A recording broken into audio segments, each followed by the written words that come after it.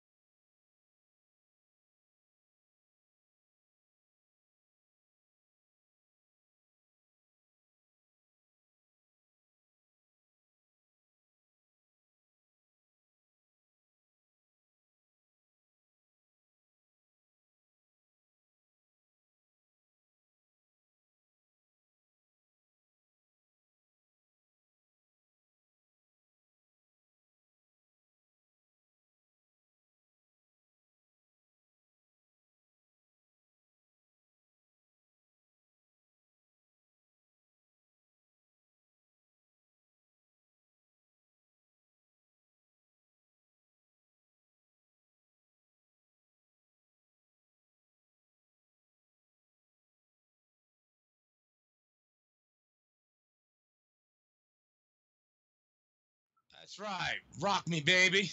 Was definitely going to rock you tonight.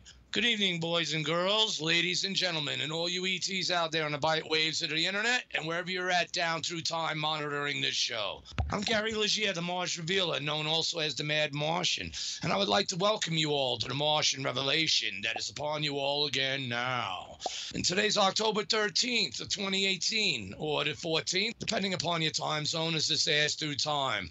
And you're listening to this broadcast through www.lnmradionetwork.com. Where the shield of L&M is the symbol of truth, and also your defense for the war which we all fight against the evil dark mission is, to bring you the truth one show at a time. And L&M Radio Network is also 100% listener supported. So if you're a listener, please help support shows like The Martian Revelation and many others you would also enjoy listening to through L&M. As because of you, the listener, which makes The Martian Revelation possible to be brought to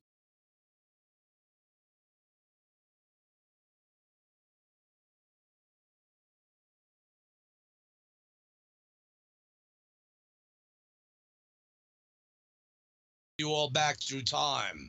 So please hit the subscribe button on lnmradionetwork.com and please share the link. And please donate to the network to allow it to continue being here for you, especially to bring you the Martian Revelation. But I'll also say that plus you'll also be protected by the shield of the L&M Radio Network, where again the shield of L&M is the standard and the symbol of the truth and the light, especially as we fight the war against those evil dark missioners who are all leading you away from the light and manipulating you all instead to help you open your wallets and your pocketbooks to only allow them more power for the dark side to continue to mislead you all and to steer you all away from the truth that they themselves not wish to face or even admit to, but yet they want your money.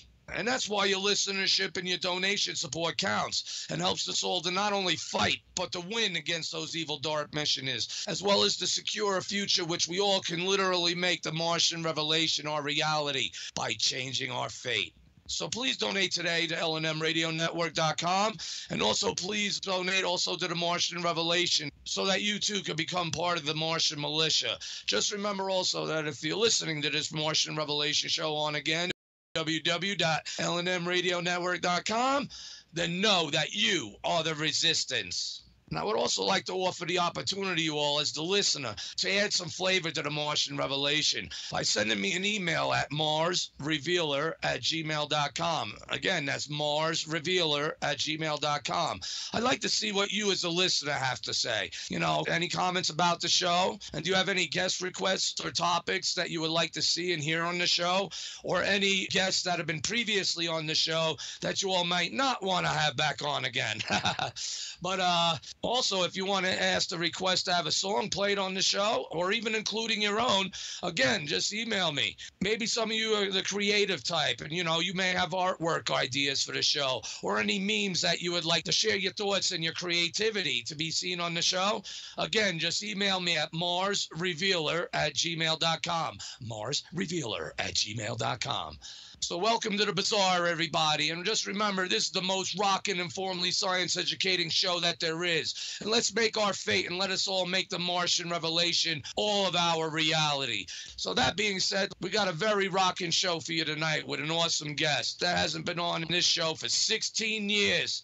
Which is the last time we've spoken on the show together with Dr. Mark Carlotto. And tonight we're going to go into the netherworlds of the Martian Revelation to go before Atlantis. So keep tuning in all for Dr. Mark when we come on with him. So that being said, now let's check out some news.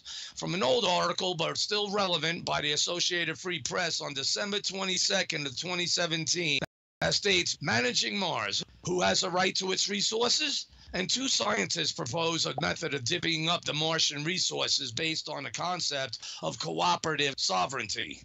Humans have long been fascinated by the huge cosmos above us. Perhaps this fascination has been best put to words by Carl Sagan in his influential book, Cosmos. The cosmos is all that is or was or ever will be. Our feeblest contemplations of the cosmos stir us. There is a tingling in the spine, a catch in the voice, a faint sensation of a distant memory of falling from a height. We know that we are approaching the greatest of mysteries, he states. So it is no wonder that contemplating our existence in relation to the cosmos has continued ever since the first humans stared up in amazement and the curiosity of what lie high above. Unsurprisingly, though, we have even tried to reach the planets and stars to search for life beyond our home. And listeners to this show can appreciate the kind of antics that went on the findings. But anyway, as we learn more about our world and its inhabitants, we've learned that the Earth is our most valuable and finite resource. Perhaps as a reflection of this realization, colonization of space and expanding our home beyond Earth has been the stuff of science fiction for longer than space travel has even existed. It may have stayed a fantasy if technological advances in the last decade haven't made it seem so possible. Mars is the jewel of our current dreams, and this is mainly due to a new and rapidly developing commercial space economy. Private companies, the most notable among them being SpaceX, is developing technology at an increasingly rapid rate. Again, that NASA is not wishing to fund or support because they have an agenda of a snail-paced turtleneck speed that we the people do not agree with. But reduced material costs have opened up access to space in new ways. As more companies enter the market, the cost will surely decrease even more, and it will no longer just be the domain of government agencies. Scientists, travelers, and tourists will be able to share in the discoveries, as well as janitors and doctors, etc. But while this sounds very good at a first glance, who wouldn't love a vacation on the moon, right? This is all very new territory legally and culturally, and it means there needs to be a well-planned framework for how we could keep space exploration fair. In a paper published in 2016 in Space Policy, author Sarah Bruns and Joseph Hack Misra attempt to figure out this framework and all the challenges that it would face. Since the 1960s, countries have competed and worked with each other under the Outer Space Treaty for peaceful purposes. However effective this treaty might have been, it was a product of the Cold War, and the idea of space being exploited for commercial purposes had not considered at that time. But Bruns and Hack Misra point out that private sector ventures in space might not be consistent with the principles of this treaty. The treaty aims to prevent any one nation from claiming territories in space or profiting from celestial objects. Although profit currently comes from contracts to launch objects into space, there are companies that intend to mine minerals from celestial objects for profit. And this is a situation where industry and technology have moved faster than policy. And they should have thought of that back then. But this is also not the same day and age, because as we all know now, thanks to my President Doug Trump creating the Space Force and Vice President Mike Pence, who's now the chairman of the National Space Council, both have stated that outer space is a war-fighting domain, and it is. There is no war in space, just as there is no war in cyberspace. There is only war, and war can extend into any domain. So that old policy is really null and void and is garbage in light of today's situational awareness events going on in our reality, especially considering where the Martian revelation is leading us all through time. But in its present form and without the lack of any enforcement directive, there is nothing in the Outer Space Treaty that can stop a nation's public sector or private sector entities acting independently or by association with the nation from landing on Mars and gaining priority access to the resources. The authors highlight this very real potential and look for an alternative or an update to the current treaty. And now in time again as we reflect, because remember this was written in 2016, this is 2018, and now we had the Space Force initiated.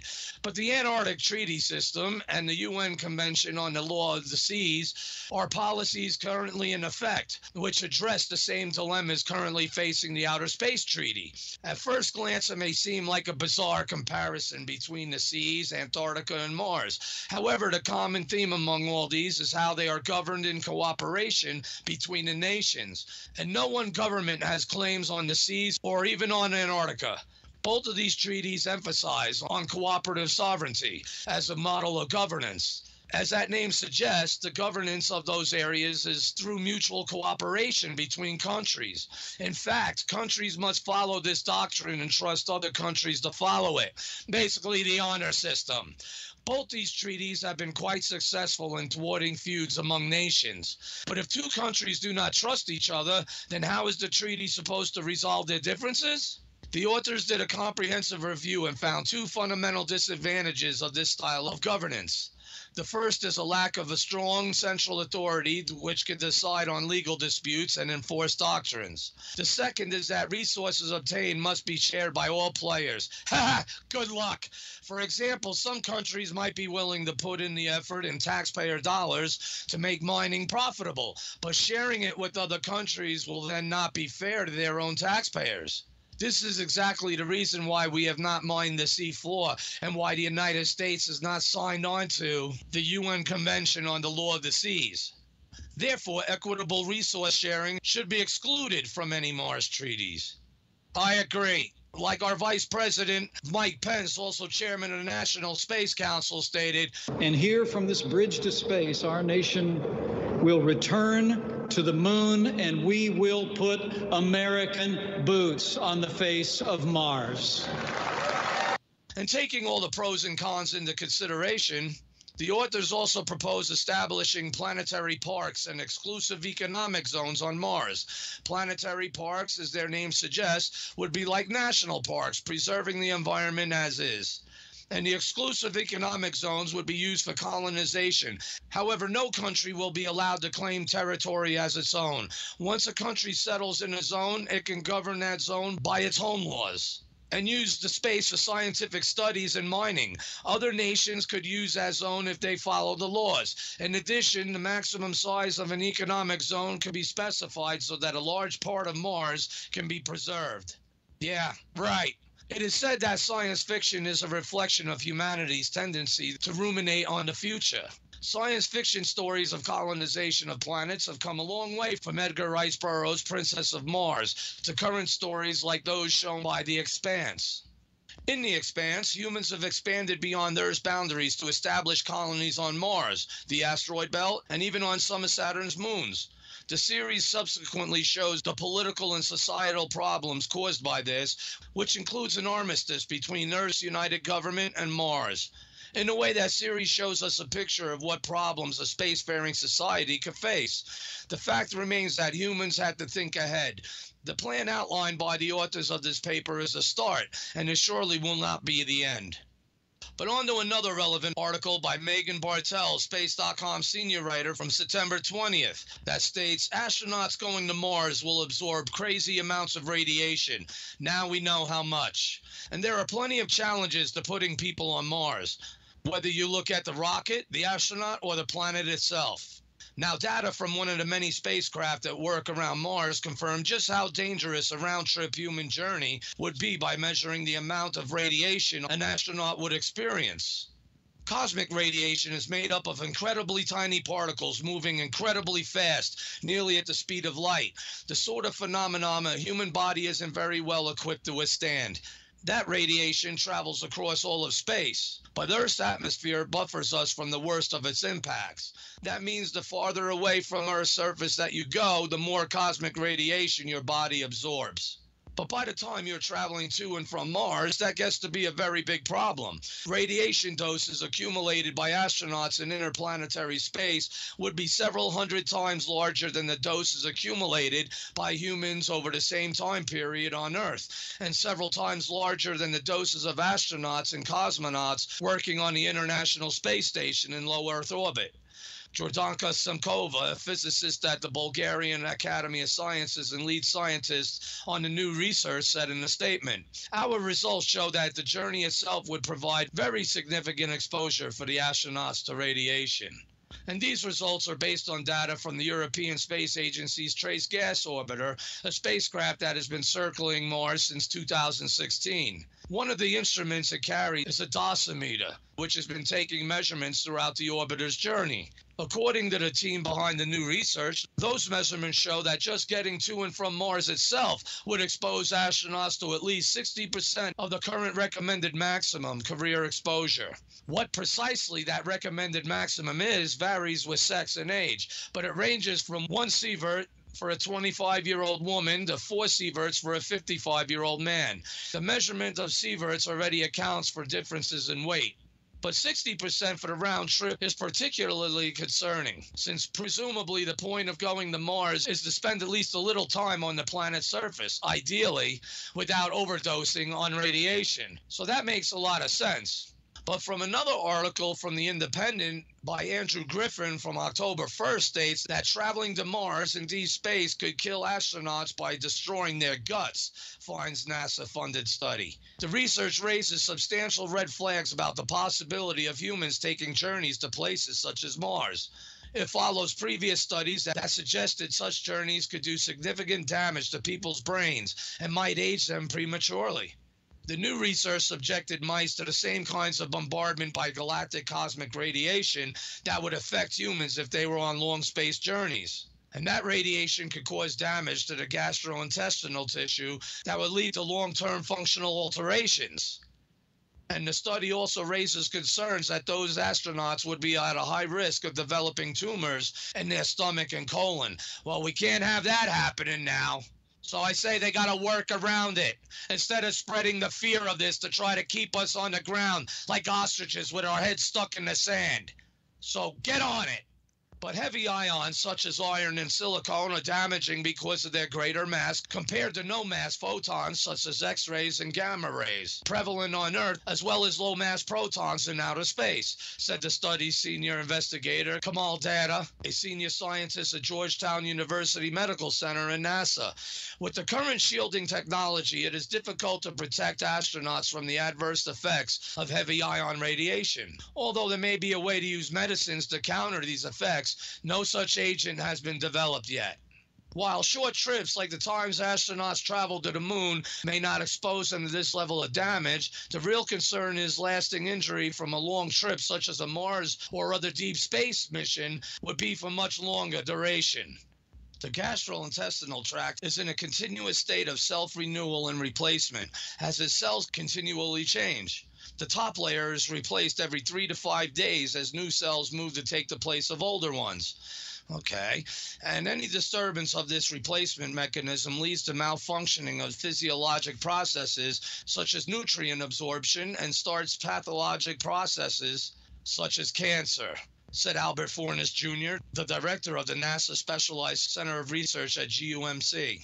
Even though the dose given to the mice was very low, it lasted a long time to simulate the effect of a deep space mission, and it appears that the changes are irreversible. Scientists now believe that the same problems could apply to other organs and that further work needs to be done to understand the full damage that deep space travel might do to human bodies. But we have documented the effects of deep space radiation on some vital organs, but we believe that similar damage responses may occur in many organs, says Mr. Data. It is important to understand these effects in advance so we can do everything we can to protect our future space travelers. So I agree there. And hopefully there are people working on this, because like it or not, the ostrich syndrome is not going to continue. Health issues are not be damned. We have to get out there, and we have to get our ass to Mars. Something Buzz Aldrin could appreciate there. Now, this news is also pretty cool, I admit, from JPL News on October 10th that states, Mars virtual reality software wins the NASA award. A mixed reality software that allows scientists and engineers to virtually walk on Mars recently received NASA's 2018 Software of the Year award. OnSite uses imagery from NASA's Curiosity rover to create an immersive 3D terrain model, allowing users to wander the actual dunes and valleys explored by the robot. The goal of the software, a collaboration between Microsoft and JPL's Ops Lab, is to bring scientists closer to the experience of being in the field. Sounds pretty cool, doesn't it? And unlike geologists on Earth, who can get up close and personal with the terrain they study, Martian geologists have a harder time visualizing their environment through two-dimensional imagery from Mars. And that makes sense. But feeling like you're standing on Mars really gives you a different sense of Mars than just looking at the pictures, said Parker Abercrombie, the on-site team lead. And I think it's a really powerful way to bring people to these places that they physically cannot visit. Again, great idea. But being able to visualize Curiosity's drives and virtually walk them before we actually do it with the rover is really helpful to give me a sense of how safe or challenging the terrain will be, said Abigail Freeman, a member of Curiosity's science team. In addition to studying the geology of Mars, the software allows scientists at any location to meet on Mars with avatars that can walk, point, and interact with one another. Oh, that would be awesome. I want one. What about you people? And these virtual field trips helps the science team to study the Martian geology using curiosity data in a collaborative setting. In the future, on-site will be adapted for the Mars 2020 rover and could be applied to other extreme environments that are difficult to visit. Like Cydonia, for instance? I throw that in there. Listeners to this show appreciate. And I feel like on-site has evolved into all these different subpaths, said Alice Winter, a user experience researcher for on-site. It's about the scientists, but it's also about making the platform something that everyone can access. Hey, I'm glad they're starting to think about us too. Again, I want one. What about you people? But the team is working to make a version of the software available to the public. An exhibit highlighting the on-site experience, Destination Mars, had a limited run at the Kennedy Space Center Visitor Center in 2016. Access Mars, a Google collaboration built on WebVR, was released on 2017 and runs on a desktop browser. NASA Software of the Year Award honors the best software developed at NASA. We are honored to receive this recognition and grateful, and we are very grateful for the investment that the institution has made in supporting this emerging technology, said Abercrombie. But so saith the Mad Martian. We all want it also, and in a timely manner, and access to places where others fear to go. And that's what it's all about. At least virtually, it could put us here on Earth to kind of gain the experience and attitude as like the scientists at NASA would be using this software for. I mean, we could be walking up to geologic features or any archaeological features and study them in virtual reality. This allows us a chance to create our Imagineering departments in our minds, let alone in the public sectors of we the people here in the USA, to help my President Doug Trump's vision for the Space Force to be enacted for all of us and usher in the Martian revelation. So I'm really looking forward to this software becoming available to the public at some point. And we will certainly keep tabs on this in future shows of the Martian revelation. But that being said, again, the human spirit wants to explore the potential realities on Mars. But also, we would also love to explore the potential realities here on Earth as well. Because there's a question of the finds that we do find archaeologically that expounds beyond our human knowledge of what we are taught to us all and enforced as accepted science. When it seems that accepted science is really either a lie or a cover-up, but it is not being pushed aside based upon new findings from things that we find even on this planet, here on Earth. There's vast amounts of evidences around this planet for a global-wide civilization which had once existed before our known human prehistory. But much of this stays covered up or buried or destroyed in order to not destroy the mainstream search for Darwinian evolution, pushing that as a fact to us when obviously it's already pushed off the board when we consider the realities of what we're able to see and dig up on this planet. Because we have no answers for that. And much of this global-wide planetary civilization goes back to a name which has been termed as Atlantis. Either an old city that it was once hinted at as being destroyed, or was it a more of a part of a global-wide planetary system of advanced civilization to which something had occurred to which wiped out humanities or whoever the intelligent beings were in charge of that civilization obviously was destroyed and only picked up by us Homo sapiens later on and utilized, but never answered for, except in rumor and myth. So that being said, I think we'll go to a break, and this is what we're going to deal tonight with the issues of these type of subjects with our guest, Dr. Mark Carlotto, who has stepped forth out from time to bring us this enlightening information on his current research of where his life's work has taken him, being the important party of who he is and who he was to regard as the foundation of many of us Mars anomalists and independent Mars researchers, the foundations he helped lay and create for us all, to which we're all following and adding on to based on what he had done for us in the past. And he's picking up other avenues to also help to lead us on what deals with our past, our ancient Earth's past. So stay tuned, everybody, as we go to Dr. Mark Carlotto with looking into Before Atlantis.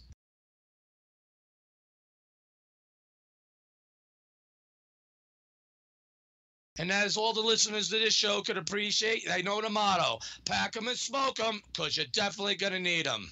I'll be back. Don't run. We are your friends. Hello.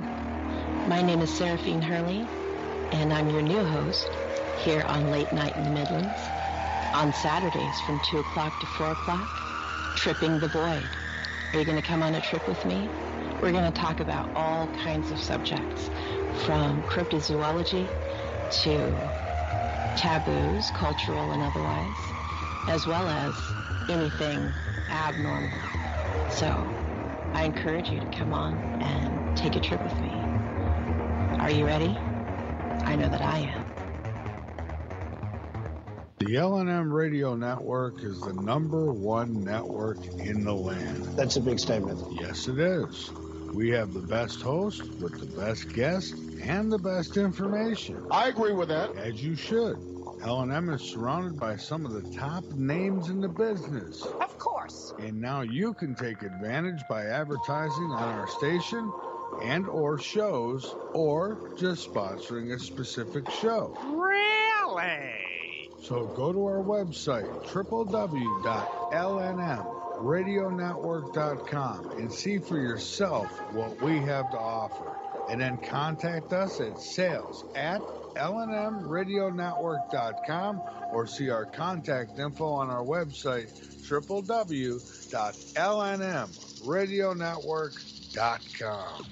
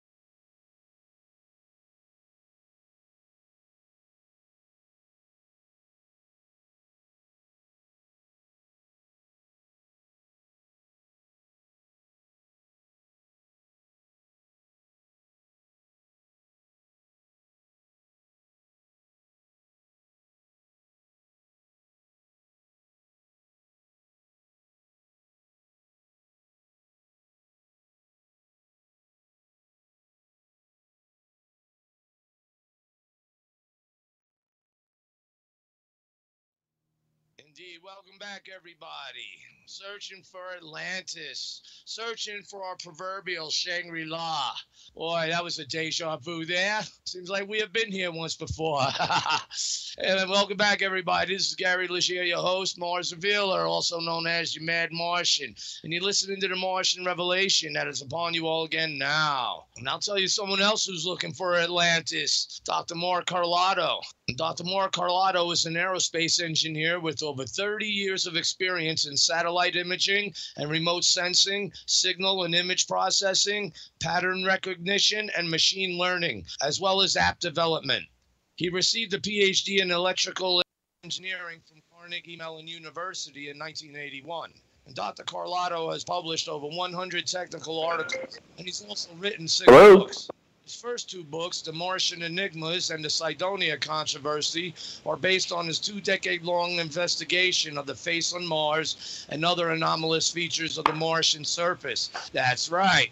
As I said, he is a pioneer in this research, as well as respected amongst us all in this serious Mars research for the work that he has contributed to that Mars research. But over the past decade, his interests have shifted from space to history as well as archaeology. And he has written 3 books. The Dogtown Guide, it's a pocket guide to an abandoned colonial settlement in the middle of Cape Ann, Massachusetts. The Island Woods, a spatial history of the historical landscape of Cape Ann constructed from photographs, maps, and satellite imagery. And The Sellers Speak, a study of social structure of the Dogtown settlement based on maps, genealogy, and oral history. As the result of an expected discovery this past year, Dr. Carlotto reveals new evidence that corroborates Charles Hackgood's crustal displacement / pole shift hypothesis and suggests that numerous ancient sites throughout the world are much older than previously thought. In Before Atlantis, he draws from his unique background and experience to propose new answers to the basic questions concerning human origins, ancient technology, and archaeological enigmas.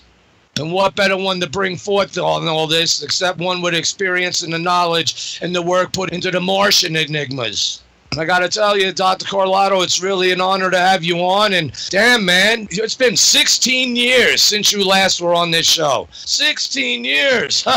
What do you think of that? Are you with us, sir? Hey, Gary, can you hear me? Yes, I can. How you doing, Mr. Carlotto? I'm great. Thanks for having me. Oh, no problem, man. Like I just said, it's been 16 years since the last time you went on this show. Man, a lot has happened. What did you say, the least? It's been a couple of lifetimes as you were reading with my bio. My interests have changed, but in a way they've kind of come full circle back to some big questions that we were considering back in the 80s. Having to do with origins and so forth. And that's an incredible subject. Now, before we get on to all that, tell us about this Cape Ann situation. I haven't followed this of your work. You wrote 3 books about it, it seems. What's so special about this place? So I kind of burned out from the Mars investigation. I spent about 20 years doing it, and I moved to a new place. And I discovered that I had an abandoned colonial settlement in my backyard. There were these cellar holes and stone walls, and a lot of it wasn't really well explored. And doing what I do, I started mapping it and started to basically try to figure it all out. And I've written 3 books on it, and it kind of got me into out of the stars, brought me down to Earth. And I started, getting involved with, things that are a little bit more, boots on the ground kind of stuff, archaeology and mapping. And it's been a lot of fun. Well, definitely, especially we're coming across ancient things. So what's so special about this ancient place? What kind of walls are we talking? Nothing megalithic, right? I mean, just of an ancient, you said, or an older human civilization, built from what? Colonialists? You said lost. Well, they lost. Well, actually, it was a colonial settlement, and that's how I got started. And but then what happened was, anthropologist in town got me interested in another site here. It's called Poles Hill, and she's an expert in Native Americans, New England Native Americans, and she thought there might be a solar observatory, like something like Stonehenge, up on this plateau. And if the landscape is all these erratic rocks, it's just a bunch of weird rocks. And over time, I discovered that there were numerous alignments. And so going from colonial era to something that was like 2,000 to 4,000 years old got me back into thinking about things that are, a little older than the English and the colonists. And so that was sort of the next to last thing that I did before this. Wow, and that data is definitely leading there. Like you said, boots on the ground. There's sites all over this planet. Boy, you could literally have your pick with, I guess, especially being who you are and what you're doing. I got to tell you, you know what? I just basically started having time to where I could actually sit and read the book. So forgive my ignorance. But where I'm at so far, it's very interesting. And it looks like you put a lot of work and effort into that book, Before Atlantis. But before we get to Before Atlantis, all right, so this colonial sites are leading you up to a more personal experience with archaeological and other aspects. So, but a lot of the questions on people's minds, and I hear it in your voice, sir, am I wrong for that imprint or that empathic feeling? When you say, brought you down for the stars, or that, your interests lay elsewhere, you don't sound happy about that. I mean, am I wrong in saying that? Well, the thing is, it's like 1 a.m. local time, so. Okay. A lot of my, and plus I just watched the Red Sox lose Game 1 in the American League Championship Series, so I'm a little tired. Well, but I'll get going. It's okay. All right. Hell yeah, because this is a big event. It's very rare that you pop your head out.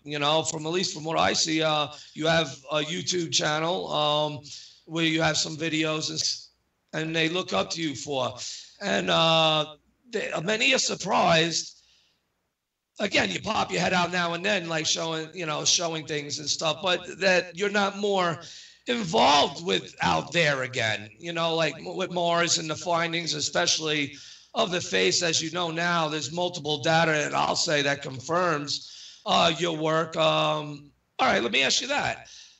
Do you think now the recent findings definitely verify your confirmation of the face being an intelligently designed archaeological structure? I guess that's the top number one question.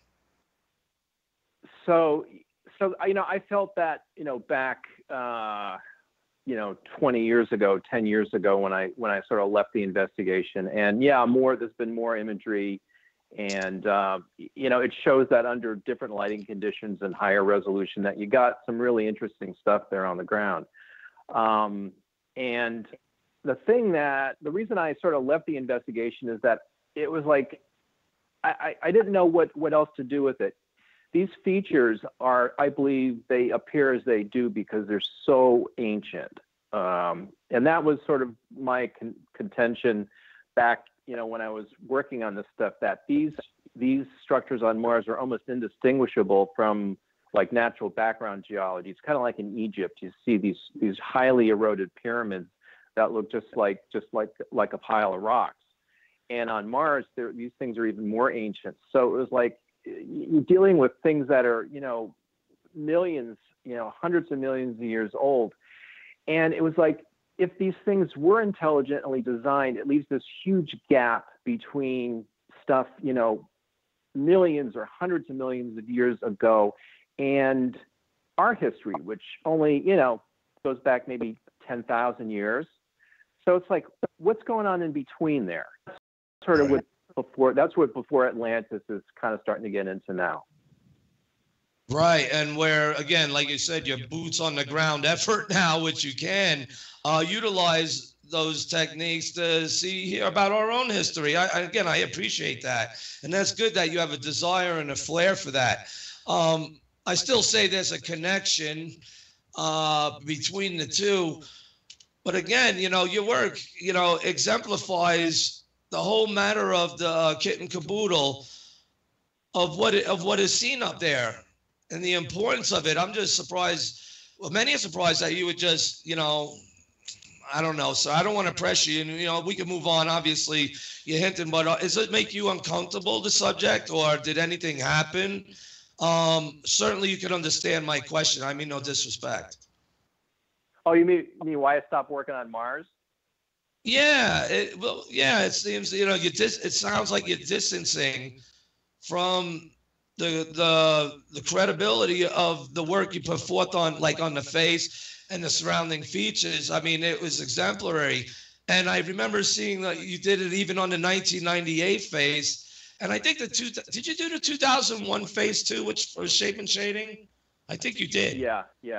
And oh my God, it's like, boom, in your face, pun intended. And, would you just chalk it up and, as a victory? And obviously the data sustains and you just wanted to go in other directions. Because I guess, you just said that you felt like there was all that you could do with this work. Yeah, I think sort of. After 20 years, it was getting a little, I didn't really have any more ideas, and I didn't want to start.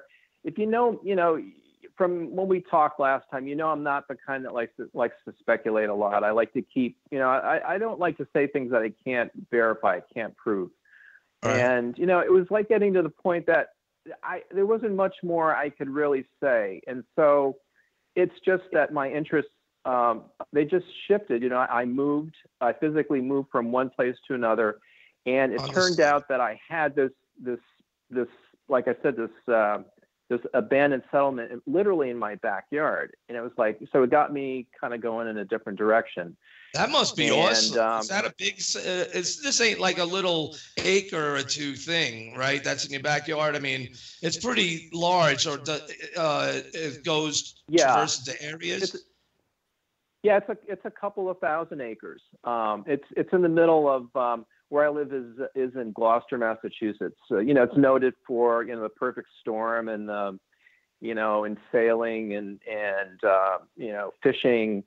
And in the middle of Cape Ann, which is an island here, there's this woodland that has, this settlement. And, I spent 10 years exploring that. And so that was the last chapter. So now, I'm still kind of doing that, but what happened this past year was sort of an accident discovering the stuff that I talk about in the book, and I'm sure we'll get to it later on. But yes, and everyone could go to thefacesofmars.com. That's www.thefacesofmars.com. Sorry, I should have used the Hoagland promo there.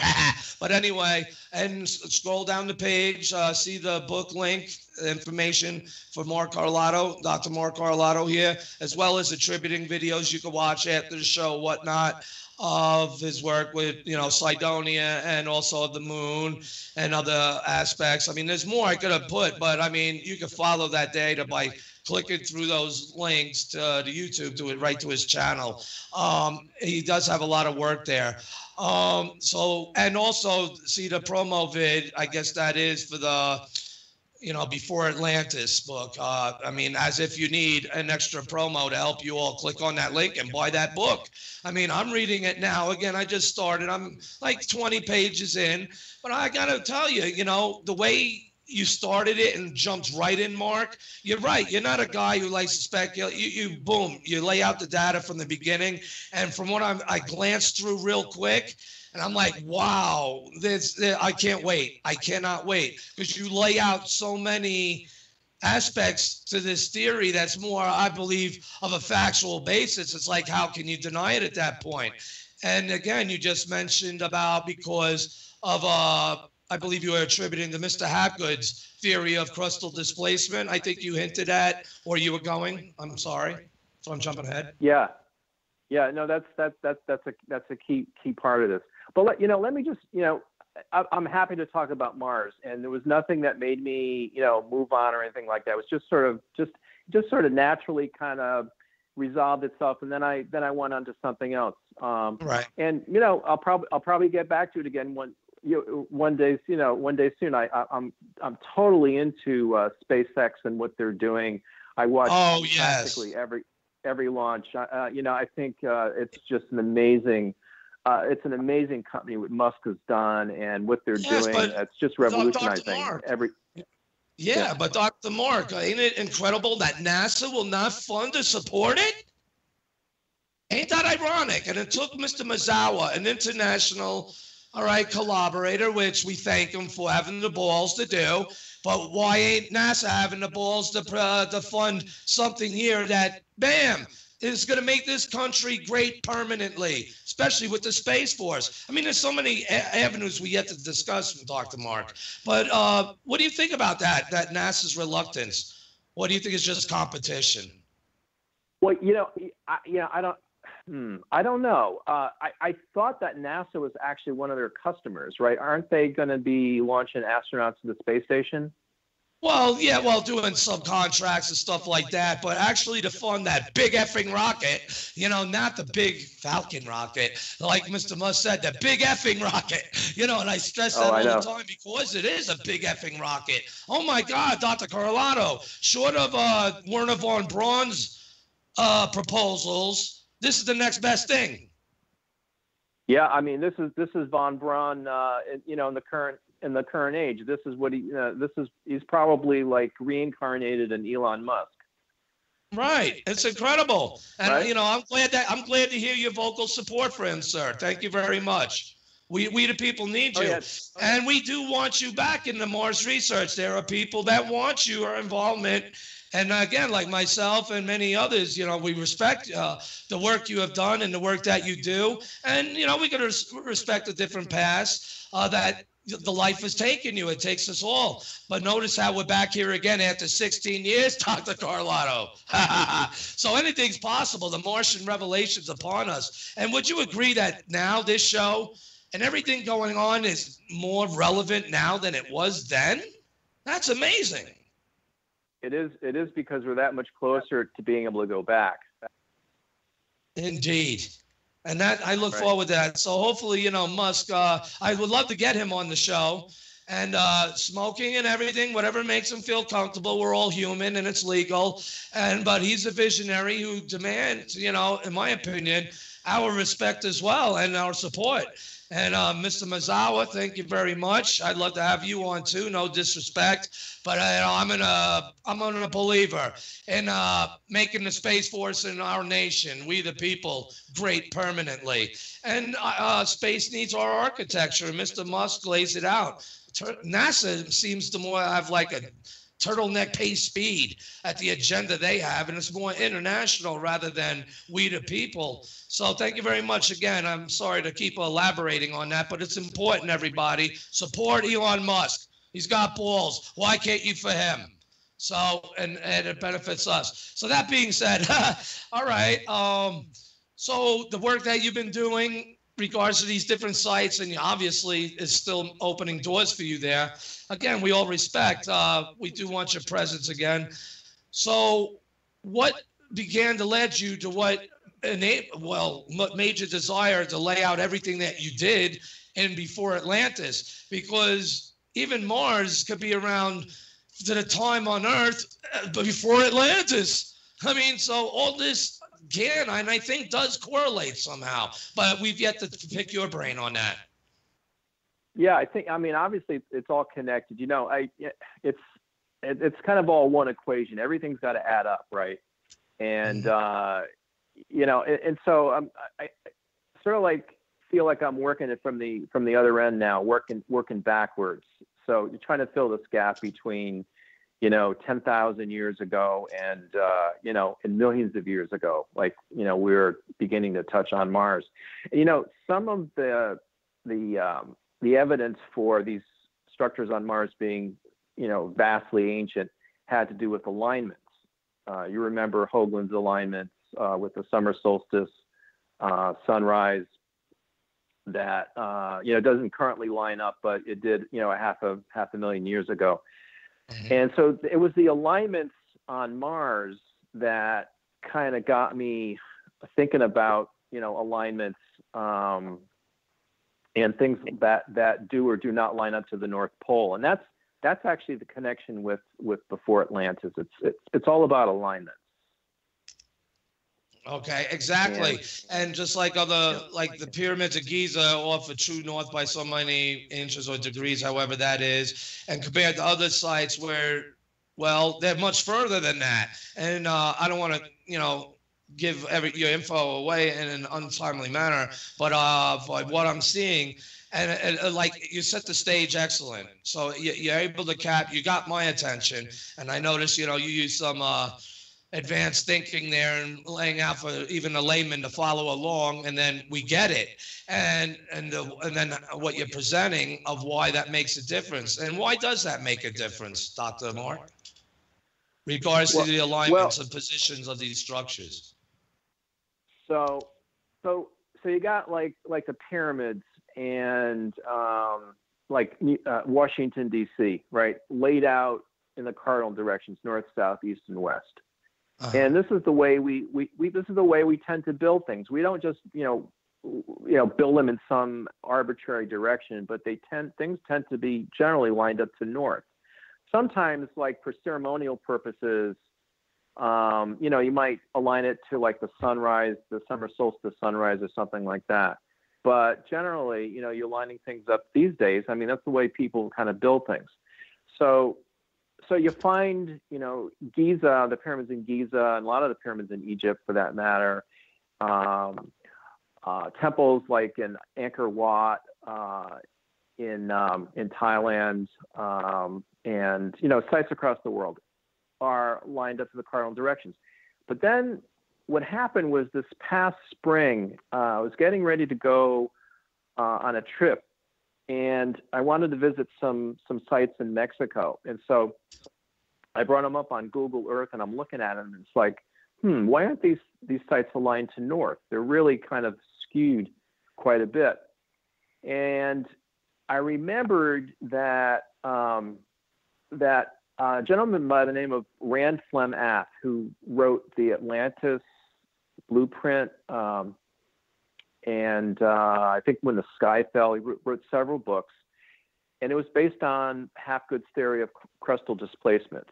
And Flem Ath's theory was that Atlantis, that Antarctica was Atlantis, that it shifted. It was in a temperate zone and it shifted south. And he does a very detailed analysis. And part of his analysis, he notes that one of the Mexican pyramids, Teotihuacan, was misaligned. I don't recall the exact angle, but it's, like 20-something degrees, or I should look it up here. But anyways, off by quite a bit. And he determined that when Atlantis, or when Antarctica was at a higher latitude, in other words, it wasn't at the South Pole, but it was at a different location, so it was warmer, that Teotihuacan would have been rotated almost, because basically it's a shift of the crust, and I can talk about this in a little bit more detail in a minute. But that what happened was that the pyramid in Mexico had been rotated, and so it was almost aligned north, south, east, and west. So this got me thinking, I wonder if there's other structures in other places that were similarly aligned. And that got me looking at Hapgood's poles, because he had come up with 3 sets of them. One that was, just prior to the last crustal shift, the time that, we sort of think of as, the destruction of Atlantis, as well as 2 earlier ones, like 50,000 years ago and like 85,000 years ago. Now, how would he determine that, though, Dr. Mark? Would it be by, like, what you're doing, obviously checking out the various structures, or does he have another model to pinpoint those spots? Or hopefully this isn't a stupid question. No, that's the perfect question, Gary, because he didn't use any of the structures. What he did, he looked at climate data, like core samples, and there's a lot of stories about how they find like animals that are in tropical or temperate climates that are flash frozen in the Arctic zones and things like that. And so things coming back to life from them.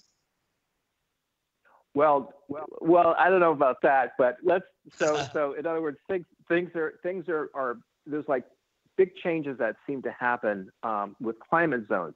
And so he kind of mapped these out and determined that they looked like there were 3 prior locations of the North Pole, and it's based just on climate change data. So it kind of provides an independent verification of his theory by using archaeology, which is it's a completely different set of data, not climate data, but something completely different, and it gives the same answer, which is really cool. Yeah, because it's like a new science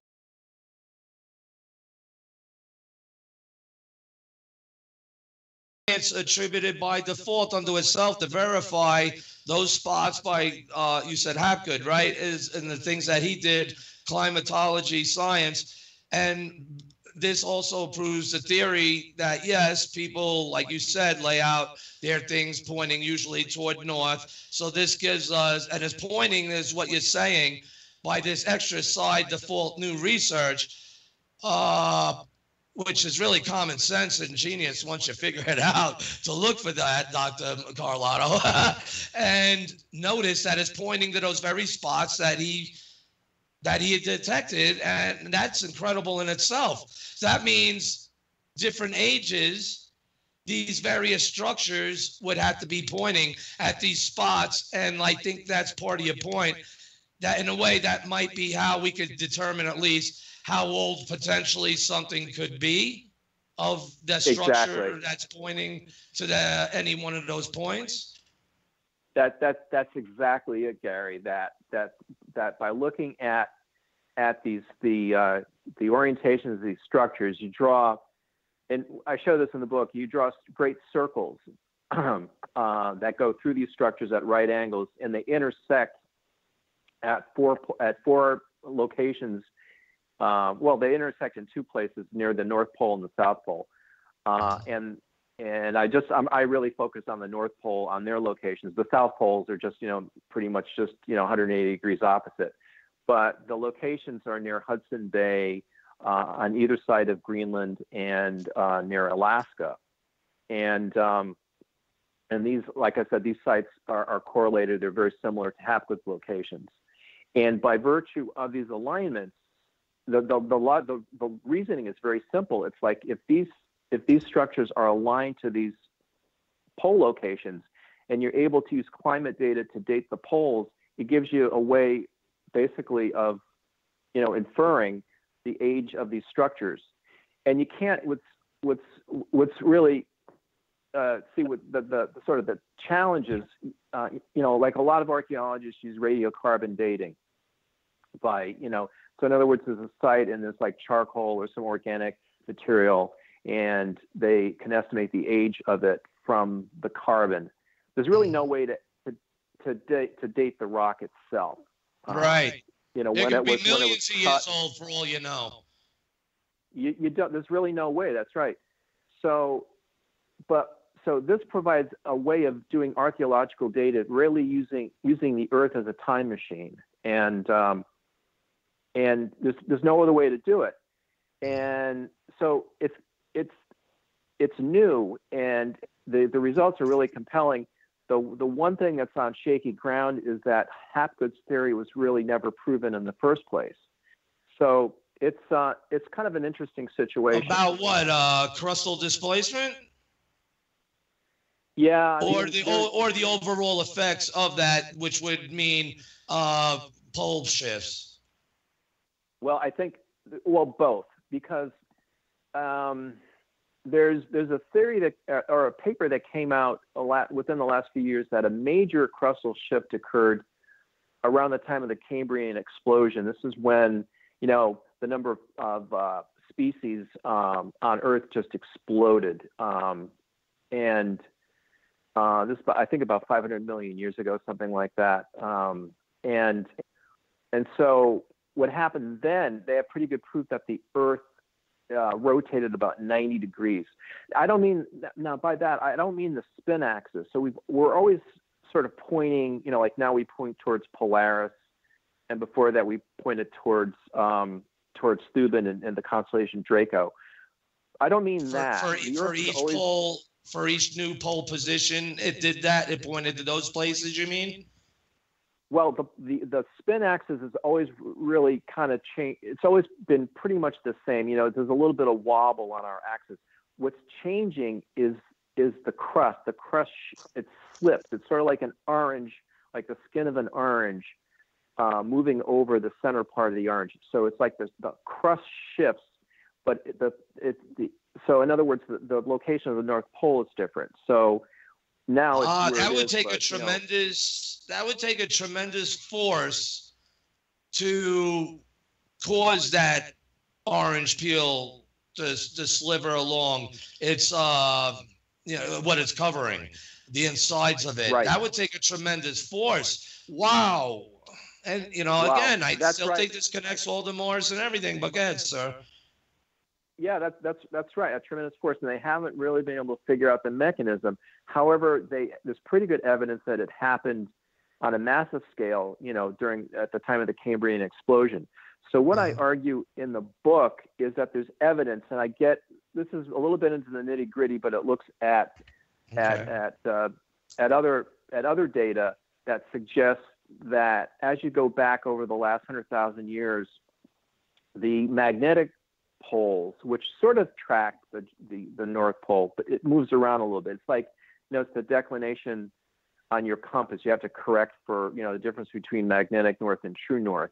That amount actually changes slightly over time. And so what I show in the book is that the magnetic poles have changed or have diverged. In other words, they've moved more and more and more as you go back further in time, which suggests that the geographic poles have done so as well. So there's some circumstantial evidence. But would that be more accepted? Right now, would that be enough force by a magnetic to create the physical shift of the orange peel? I don't think it would, but I mean, would that? Well, see, the problem is I don't think they know what could cause the crustal shift, whether it was an external force, like the Earth getting hit by something, or I don't know. Nibiru. A what? Or the theories of Nibiru, that scenario between Mars and Jupiter, yada yada, and the whoop-de-doos it does upon. Well, I don't know. I mean, I can't rule it out, but I mean, I could see where it would be on a model table of a puzzle, but I don't know. That's me. Well, right. So that's sort of the weak point here, is that the physical mechanism hasn't been worked out, but the effects, what I'm describing is sort of what we observed. So how could it be that it turns out, and I go through this in the book, that about 4 dozen sites across the world point to 4 different locations that are near Hapgood's poles. Is that all coincidence? It would seem, statistically, that, I mean, if it was 1 or 2 things, that might be like coincidence, but for so many of them to line up this way, it's like, it's probably, I can't give you a probability off the top of my head, but it's pretty improbable. Which means, and that automatically also tells us, Dr. Mark, and correct me if I'm wrong, by it pointing to these different points, obviously one of them is far older than the rest of them. At least exactly. by the 3 positions that was found. For all we know, there was 15 whoop-de-doos, but he was able to find at least 3. And structurally, you're saying that research that you're on, that obviously this is all pointing to, validates Hapgood's theory in that sense. It makes the model stronger. Am I missaying that? I think it does, Gary. It doesn't, it's sort of like circumstantial evidence, but I think it kind of does, because it's independent, it's totally separate from the type of reasoning and evidence Hapgood used. It's a different set of, evidence, but it gives the sort of the same answer. So yeah, that is interesting. And what you point out is correct. The age, of these sites varies from perhaps 15,000 years. Intervals? For example, the previous pole shift in Hudson Bay, when the pole was in Hudson Bay, was up to about 15,000 years ago. So it was like 50,000 to 15,000 years ago. And sites like Teotihuacan in northeast of Mexico City point to this. There are ancient temples in India that are aligned to this pole as well. There's about a dozen that I've been able to find. And putting this information out, I think this is just the tip of the iceberg. And there's some math in the book, but it's just really for people that want to do the analysis and prove it to themselves, and also to help people to find additional sites, because there's got to be more sites out there. Well, you just said Google Earth helps you with this, so we have the technology to put this to the test. You're not speaking crap here. Anyone could do this themselves as long as they know where those north points are, or they could follow along where these various structures around the planet are positioned, and then for the hell of it, go look at that other Hapgood's research and see if it matches up. Right. So and everything is in the book. I give Hapgood's pole locations, the locations I've been able to determine, the locations of all these sites. And someone said the book is a little pricey. It's like $26.99. I self-published it, and it's all color, which is expensive. And I noticed that, and it's very articulate and laid out. And I enjoy reading it so far, and I can't wait. It's the problem is a lot of things going on, harvesting and all that. I'm at high ground. Wink, wink. Pack them and smoke them. You're gonna need them. And weather is coming upon us now. But you know what? This, especially next couple of days, as it's all cold and snowy, I'm gonna read right through this. And take a lot of notes. You lay it out articulately. And that's, one of your arts that I've noticed in your other books that you've put out or written for dealing with Mars and Cydonia is the articulateness that you provide. And you lay it out just boom. Like this is part of your destiny too. I think your paths are going to cross again with Mars. As you're here approaching the gates of Atlantis. What'd you think of that show picture? Did I capture the symbology? Before Atlantis, I thought you'd get a kick out of it.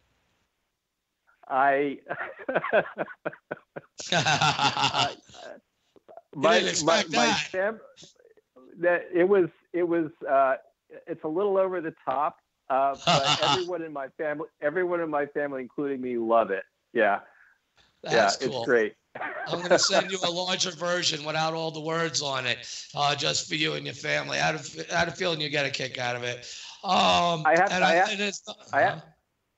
have to tell you, it's about the chainsaw is about right, but I stay away from rifles. It's sort of like the Christmas Christmas Story, the movie where Ralphie shoots his eye out. That's me. So right, but that represents you blowing everybody away. Wink, wink. And especially, the guardian of Mars there, guarding the gates to Atlantis, before Atlantis. It was great. Yeah, so, it was great. All right, that's cool. Again, you deserve it, man. And, out of respect on behalf of everyone else saying thank you. And, we definitely honor you, and we're glad that you're on tonight. So I know they got questions when we open the phone later. Hopefully they call in on the timeline. That's a line that is very hard to connect to, it seems at times. But that's okay. Questions do pile in now. Oh, dude. So other than that, but it is great, though. Again, so now at these sites where these locations are pointing, with their structures are pointing to these different points of previous poles as it was, are they all let's say 3. Do we find 3 different ones on South America, 3 different ones in India, or is it like positioned differently on how these structures connect?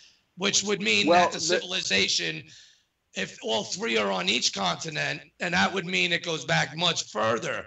And then how old between events? That's the more whoop-de-doo effect of it. But go ahead, sir. Yeah, these are great questions. So the oldest sites are in South America and surprisingly in Europe and the Middle East and Northern Africa. That could go back as far as say 90,000 years.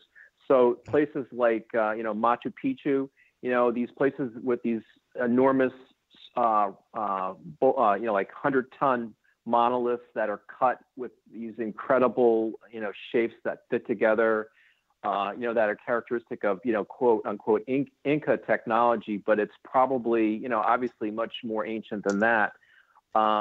You have. It's funny you say those, technology, not copper hand tools and rocks. Absolutely. So you have these structures that are aligned to the oldest pole in different parts of the Earth, which suggested that this this civilization was not just in one place, but it was worldwide. And then the pattern shift. Then after that pole shift, there was the pole shift, and the pole moved from near Alaska to near Greenland. And then you find sites that are aligned to it. Sites like the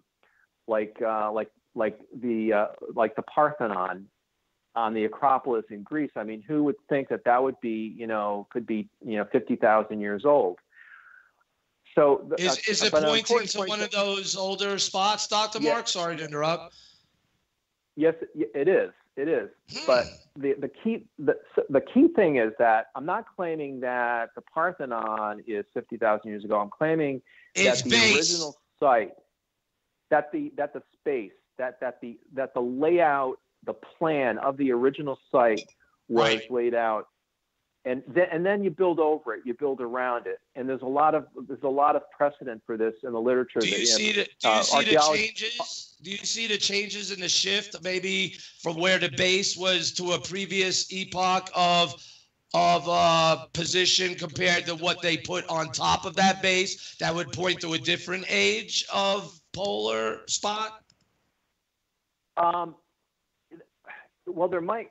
So hard to tell. I haven't found, or I haven't really been able to analyze sites in that way, because you'd have to be able to sort of take them apart, right?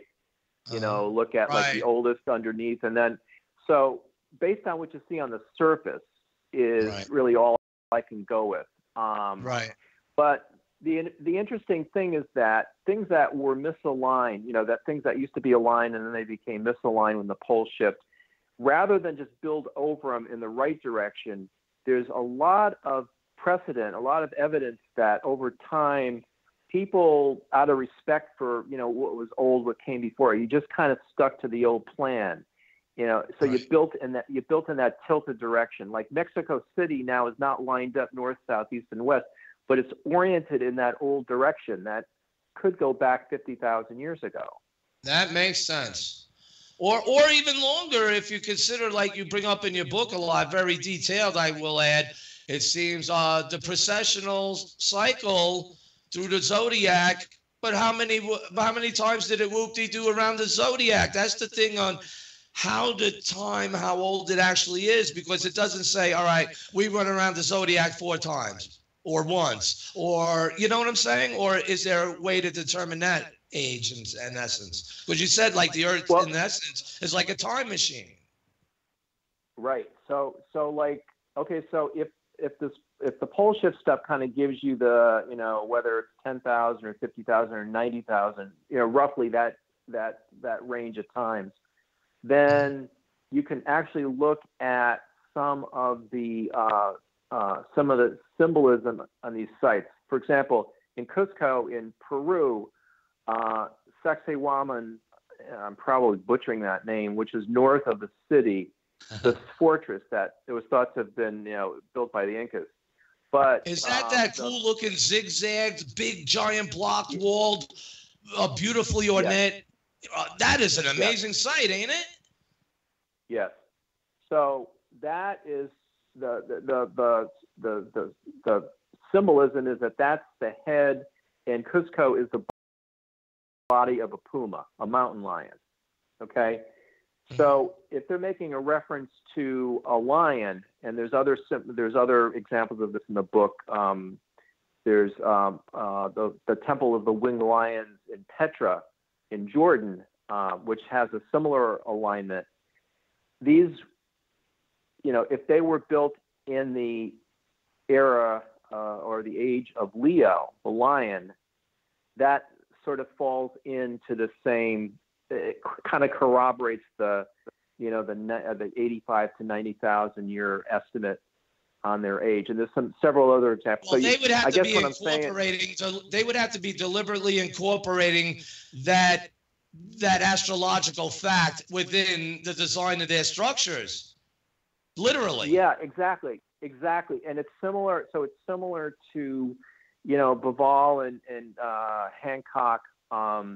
Talk about the correlation, the alignment of the pyramids in Giza and the Nile River with the Milky Way, and starts in Orion's belt and all this, and that locks in around epic around 10,000, 12,000 years ago, the age of Leo, with the Sphinx pointing towards due west at the constellation Leo as it rises on the first day of the vernal equinox or something like that. I don't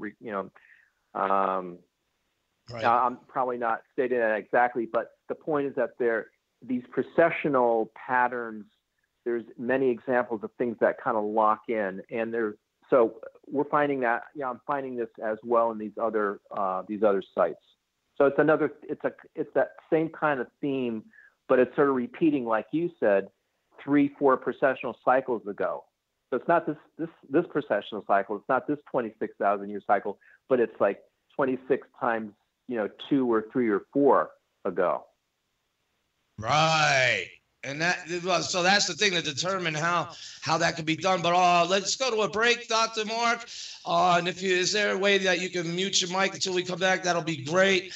And ponder that, people. Check out www.thefacesofmars.com. Check out those links by Dr. Carlotto, especially the link to his book. And buy that. It's not expensive again, it's color inside, and it's very, very detailed and laid out, and it's very worth the read. And thank you very much for that, Dr. Mark. And we shall be back. Pack them and smoke them, because you're still going to need them. We got questions when we come back, too, so.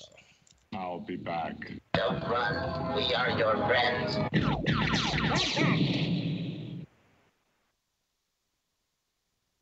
The L&M Radio Network is the #1 network in the land. That's a big statement. Yes, it is. We have the best host with the best guests and the best information. I agree with that. As you should. L&M is surrounded by some of the top names in the business. Of course. And now you can take advantage by advertising on our station and or shows, or just sponsoring a specific show. Really? So go to our website, www.lnmradionetwork.com, and see for yourself what we have to offer. And then contact us at sales@lnmradionetwork.com, or see our contact info on our website, www.lnmradionetwork.com.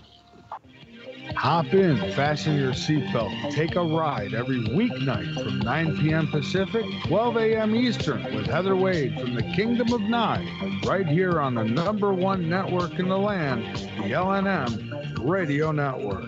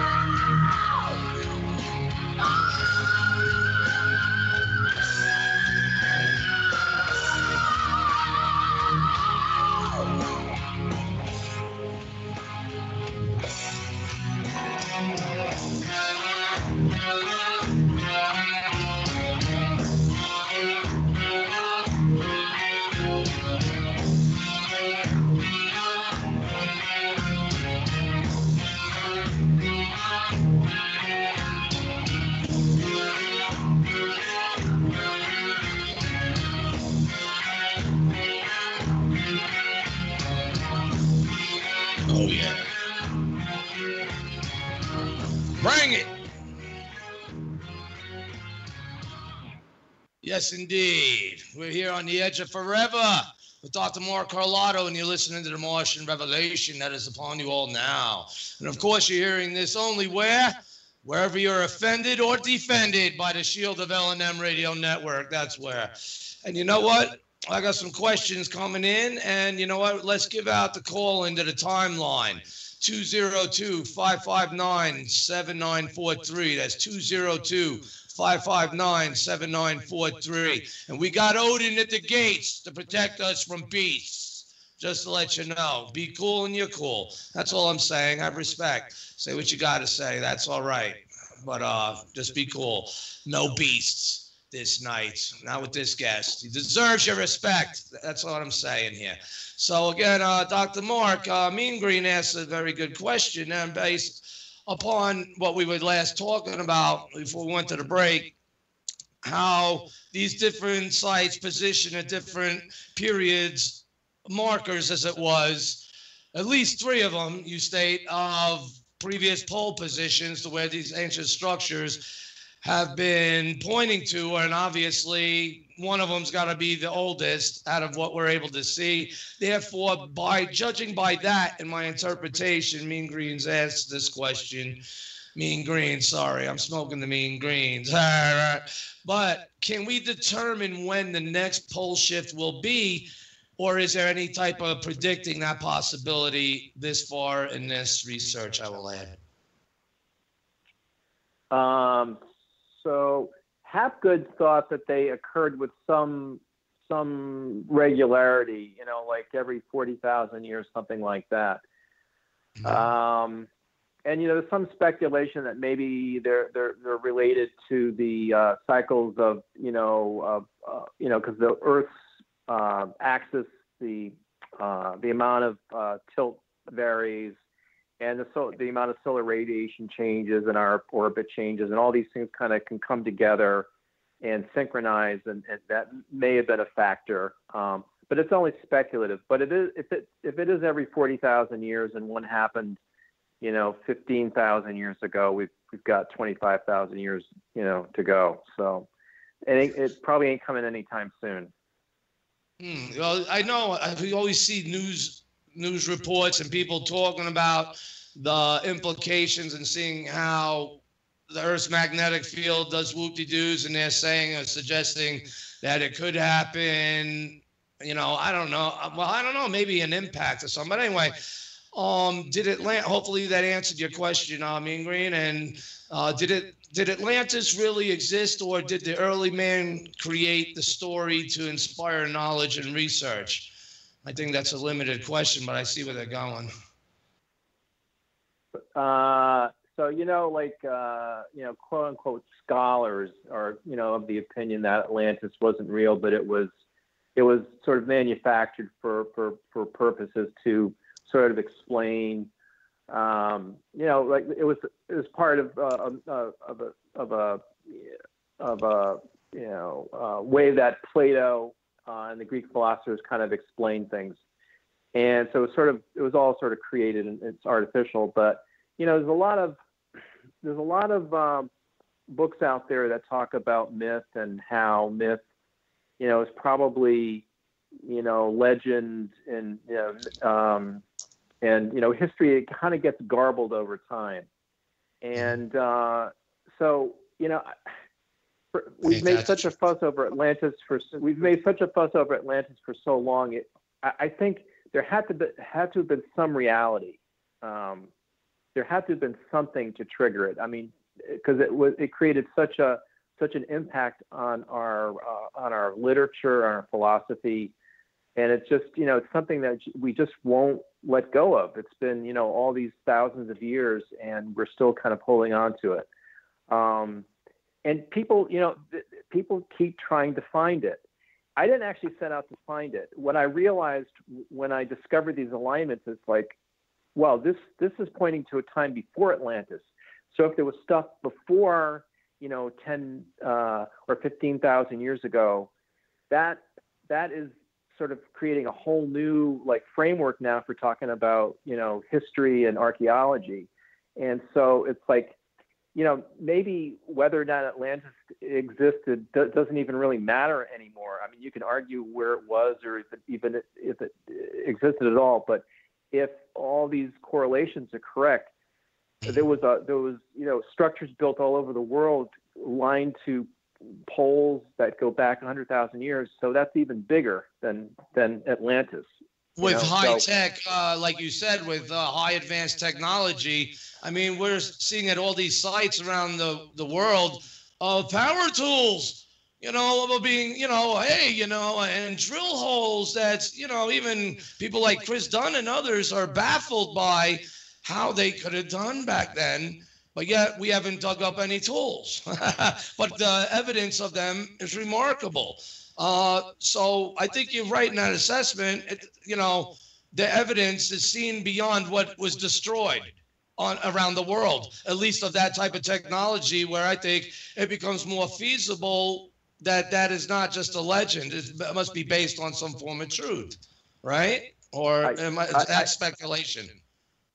I think we all feel that. I think our intuition tells us there's something to it, but we just haven't been able to prove anything.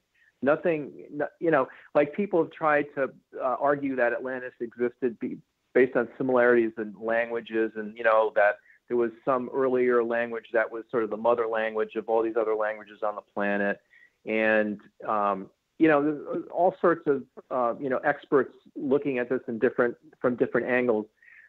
But what I came across here with the Google Earth imagery is geometrical, geometry, right. And that's pretty hard evidence. That's something that anyone, you don't have to be an academic. Carl Sagan was right there too. Yeah, I mean, you don't have to have a lot of specialized knowledge to see this. You can just go to Google Earth and start drawing these lines. And right. I mean, without Google Earth, without this kind of technology, this never would have been discovered. And it's, like now that I look at it, it's pretty obvious. And I'm surprised no one has found it sooner. Perhaps someone did. And it makes sense because, like what I see on Mars, I see Mars, sir, as a giant, artistically sculpted entire planetary surface. Now, regards what people say or think about that, even Hoagland said, that's good science, Gary, but not yet. Whatever the hell that meant. But I think we're getting more closer time to that reality. Because like you were saying earlier about the geometric layouts around Cydonia, and that's just a small piece of the puzzle, but still all that tells me, sir, it was laid out, plotted from above in order to be so accurate in the geometry, like you're saying, right. Even on this planet, like call it aerial phenomena or aerial advancement in order to view the ground from above, in order to plot out. I think you bring up ley lines somewhere in the book. I'm not sure. I'm not there yet. But I think, doesn't this fall in the same category? So what you brought something up, and I want to connect this back to Mars, because we were like, you wanted me to get back to talking about Mars. And the interesting thing is that with Cydonia, the alignments, Hoagland found the summer solstice alignment. But another colleague of mine at that time, his name was Thomas Van Flander, and he was an astronomer. He passed away a few years ago. Yes, I've had him on this show twice. You did? Okay. I don't know if he ever talked about this, but there's evidence that the poles on Mars have shifted. That there was an earlier pole location near Olympus Mons, and at that point, like on Earth with crustal, it's a crustal displacement sort of process that everything shifts. And if that was the case on Mars, the Siderean face would be oriented almost due north-south. So it was the same sort of thing that with an older pole on Mars, it rotates Cydonia so it lines up to the cardinal directions. Same thing that we're finding here. So that's incredible. That's a potential connection there, in my opinion. Whoever, whatever, ancient aliens, not ancient aliens, but ancient humans, this could, by these previous civilizations, again, each one points to a different age. One of them's older than the rest, and that they had such strong advancements and more capable than we are of today, and we're going zipping around in space. It's not far-fetched that they would have been looking down on the planet to see how they could carve it up and utilize it for their civilization, and or even power source technology, blending it in with the landscape itself. I mean, there's so many theories about what these pyramids are around the planet, and many of them are still generating some forms of energy and pulling down beams from space and sending. I mean, so even Mars, you know, the scale of the image of the features on Mars may be more immense, at least by comparison, unless you consider like the Bosnian pyramid. But even then, the features on Mars are pretty much larger.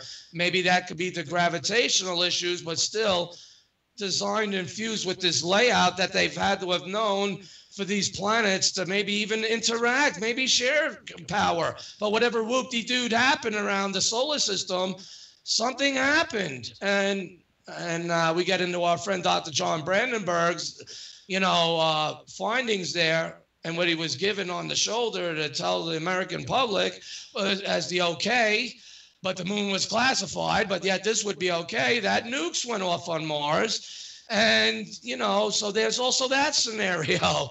I mean, there's so many things to look at in this. And I'll talk to Mark, you know, I can see the lines that you walk, and, you know, I guess you could get consumed if you stay with Mars too long. You said something on one of your videos there, listed on the facesofmars.com, everybody. You know, just don't, you shouldn't look at it too long. and I got what you were saying to the audience, but at the same token, you know, that might be some advice, you know. It's incredible, but I'm sorry to rant. No. I mean, you touched on a number of really good points. You know, like, you know, just this last one, I think you got to look at things from different perspectives. And, you know, the more people that look at things, you know, the more eyes you get on a problem, the better. And so, you know, talking about and sharing ideas is really important. And that's why, you know, this show and shows like it are great. And,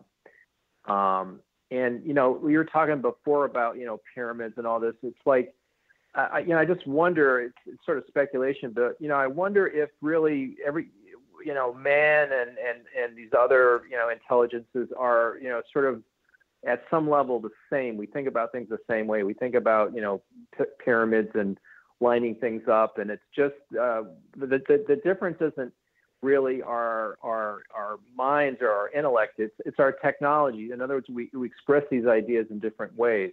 You know, here in Gloucester, I found that there were, you know, erratic boulders, you know, these rocks scattered around the landscape that the Native American people moved to have solstice alignments or other alignments. They were using primitive technology, and, you know, with a minimal amount of effort and work, they were able to represent solstices and other alignments. You know, primitive technology? Again, Dr. Mark, did you say primitive technology? I mean, that's again, power tools. Primitive. I know, but it doesn't match. But in, you know, here in Gloucester, you know, just moving these stones around, they were expressing the same ideas that, you know, the architects of Stonehenge or these other sites. Their technology was different, but the basic ideas were the same. And like we find on Mars, maybe it's the same ideas just being expressed in a different way. More advanced, I say, at least by, well, here on Earth, many things have been covered up by the past whoop-de-doos, thus the needing for dig them up. Many people don't even want you digging them up. You know, again, that's a shame in itself. You haven't run across that in your findings or studying in those places near you, have you, of people being reluctant of you researching into it or anything, or not wanting you to dig or even troll around? No, not at all. But, you know, there's a lot of, when you start talking about this to people that have, you know, the credentials, they kind of look at you funny. It's like, you know, they want to, archaeologists, I think scientists want to keep things as conservative, and in an archaeology means you don't want things to be too old. If there's any doubt, it's younger than it's supposed to be. They don't want, and there's some, discoveries now, you've heard. You're saying it right there, Dr. Mark. You're saying it right there. They don't want. Why? Well, because the evidence of what, it's obvious you're looking at it and it's like, dude, no, that can't be true. There's something wrong here. But they look real articulate talking to you. They sound like they know what they're talking about to believe you. But then you go looking at this stuff and you're like, damn, how the hell would I do that? And then how would I lift that? And then how would I set that? You know what I'm saying? And those questions are not being answered. Well, so, yeah, I'm not saying that there aren't conspiracies, but what I see is that, people that are like working in academic circles, but, it's sort of like a club, right? And they all have to kind of agree on the rules. And the rules are real conservative. Which gives them their tenure. Et cetera. I understand. Dr. Brandenburg had to drill that on my head a couple times on this show because, it's like, to me, it doesn't make sense, but I can understand in that sense. Because you don't want to go out of the lines where what is accepted and right. So I understand that.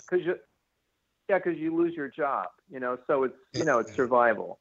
So you play by the rules. I'm glad you think out of the box and you got the balls to show this. And you know what? There's something to it. There is very much something to it. I mean, how can one compel unless they just don't want to accept Hapgood, let alone any connecting attributable offside research that happens to, by default, connect to it and validate it. Why ignore those possibilities? You see, don't you? Well, doesn't matter. I know it excites you. You've written a book about it. I know. You end up like throwing the baby out with the bathwater when you do that. Because there's a lot of good ideas that. Why is someone actually reviewed my book and said, I would ditch Atlantis. I would drop all that stuff because, it's just sort of poison. No one's going to take the book seriously. And I said to him, I don't really care because there's obviously something that is deeply rooted in our consciousness, our psyche about Atlantis. There's something powerful about it. And I think the evidence in this book stands on its own. And so if it's Atlantis and you don't like what I'm calling it, well, I don't really care. Forget the name. I think it fits. Atlantis. That's why I think it fits. And before Atlantis means before Atlantis. That means evidences of epochs where things can be found where it would be before that civilization or that place that was destroyed. And that is, to me, again, the time machine aspect is think about how long they were enabled to get up to an Atlantis. So before Atlantis, I think is very relevant, Dr. Mark. And I think that hits it on the head. Hello. Thanks. Uh-oh. Did you not? Did Gary, I lose you? have a call, Mike from Montana. Hey, Mike. Hey, what's up, folks? Hey, Mike, how you doing? Pretty good, Gary. Hey, I just had a question. I was sitting here, you guys were talking about different things going on. I was wondering, can we afford, because the Chinese are gaining economic power, can we afford for the Chinese or the Russians maybe jointly to get to Mars first? I mean, shouldn't we be like pushing our agenda, like, not with the Chinese. Not with the Chinese. Look, they've been building islands, and their plan was thwarted because of Trump. If Hillary became president, the Chinks will be running around our country right now with all the commies dumbed down, trying to kill us all. Okay, and now that's the reality of it. Look, they've been building islands. They've been building islands, and not their own waters. They're dominant, and now that's a threat to us. We know what they're doing. Strategically, it's important, though it's political. Dr. Mark, and sorry to interrupt. I just don't say nothing with the Chinese. We need to build that infrastructure. You think the Chinese want to go there with us? And, no, they're going to want to have their own thing for domination. I meant, would they go with the Russians? Not us. I don't think I'd they'll rather have go with anything them to than the us. Chinese, but how much can they be trusted? I don't know. Dr. Mark, you have some experience with the Russians aspects in the past Mars research, right, on how interested they were in everyone's work back then. Do you have anything to add, I think, to where he's trying to go? You know, I think at this point, the United States and Russia and China, that's kind of like one approach. Countries like, you know, going into space.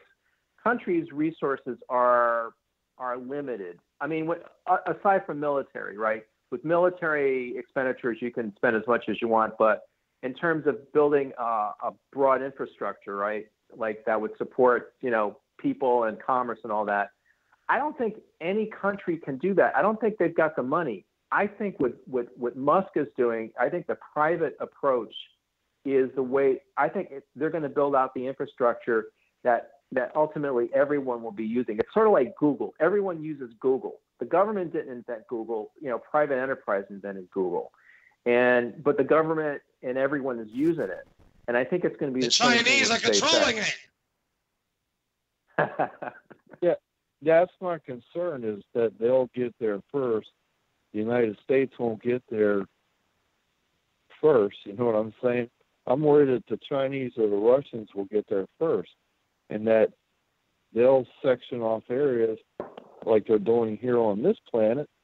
They'll do the same on Mars, and then we won't find out the truth because they'll try to scoop up those areas where, what if they find technology that we've never seen before? Well, again, the Space Force. Remember, he came out. Now, why did Trump say, we'll develop another one?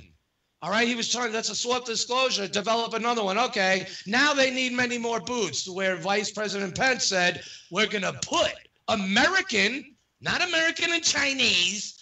All right, when I say chinks, I don't mean to disregard of race. I mean that government, okay? I know what I'm talking about, and so do people around, that live around them know, and the history of them. That's exactly what they are, and they're a threat to us all. You know, he says we're going to put American boots on the face of Mars. Dr. Carlotto, I'm sure you got a tickle out of that when you heard that. Well, I hope they tread softly. Well, we know they're not bringing flowers and, you know, flags. They're bringing M60s. Subsurface illegals. Inside, it's on its way. Counting down November what? Indeed. What will they tell us? Well, we have to be disclosed to in order to send a Space Force there. You can't have everyone having heart attacks. They'll be briefed. And so will the civilian train that has to go and keep them supplied as we go to colonize. That is, if everything's really going according to science mainstream colonization plans. Well, what else could it be? Why would they need American boots to put on the face of Mars? Why? And why wouldn't you want the Chinese with you? All right, land grab. That's what I'm saying, and it's needed. An external threat. Remember, Trump said we need this anyway. We need it. Why? Because not just to protect us from obvious threats here on Earth, he said, but from deep space. He was giving us more disclosure. There's a threat coming from deep space. We're going to need your asses to go to Mars and put you in our boots on the face of Mars, starting with. Why? Who knows? All I'm saying is very connected to the reality where I think Dr. Mark's research. And think about what those in the know. They must know this, Dr. Mark. I mean, you're a smart guy, but... You know, I mean, these guys are government agencies, you know, probably people around the clock doing this, right? I mean, so it's like we're trying to figure out everything they must have knew for at least 20 to 30 years. Or I know that's speculation, so I know you don't like that. Yeah, I don't know. All right, well, Jim, I don't know if he answered your question fully to you, or do we have another caller, or... we move on. We got more questions. Sorry about the interruption. I don't even know if he's on with us. But all right. Good night. Thank you. All right, Jim. Thank you much for calling, man, and listening. Rock on. Pack 'em and smoke 'em. You still need them.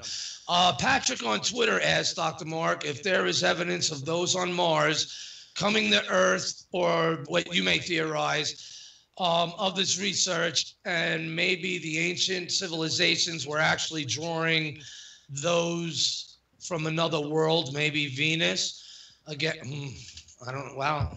Venus, true. That was in Brookings too, wasn't it? Venus. We don't hear much about that place. Do you, Dr. Mark? Probably too hot. But more ways than one.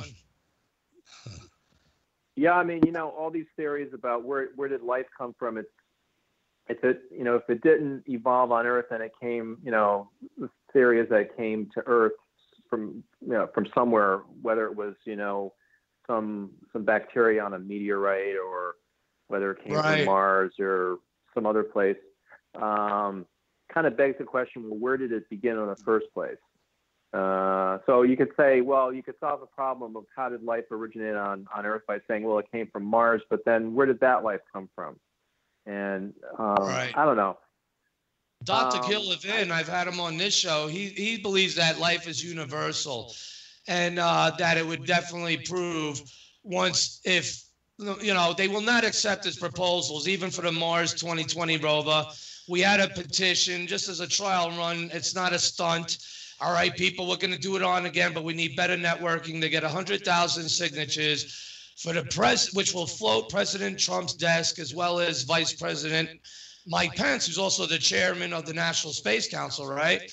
And then they would see it, and then Congress, and they would have to act on it to order to have NASA to put Dr. Gil Levin's controlled labor release experiments, his updated, proposals, with a microscope, everybody, which we have that technology. Dr. Seth Shostak's even admitted, but he's like, science isn't done by petitions, Gary. It kind of made him mad. Well, I don't know why. Why? I mean, because we need a petition to do the obvious. I mean, he's 94 years old, Dr. Mark. I think certainly you could agree that I think we're ready for this test and this question to be sent on that 2020 rover. I'm not trying to put words in your mouth. Would you agree?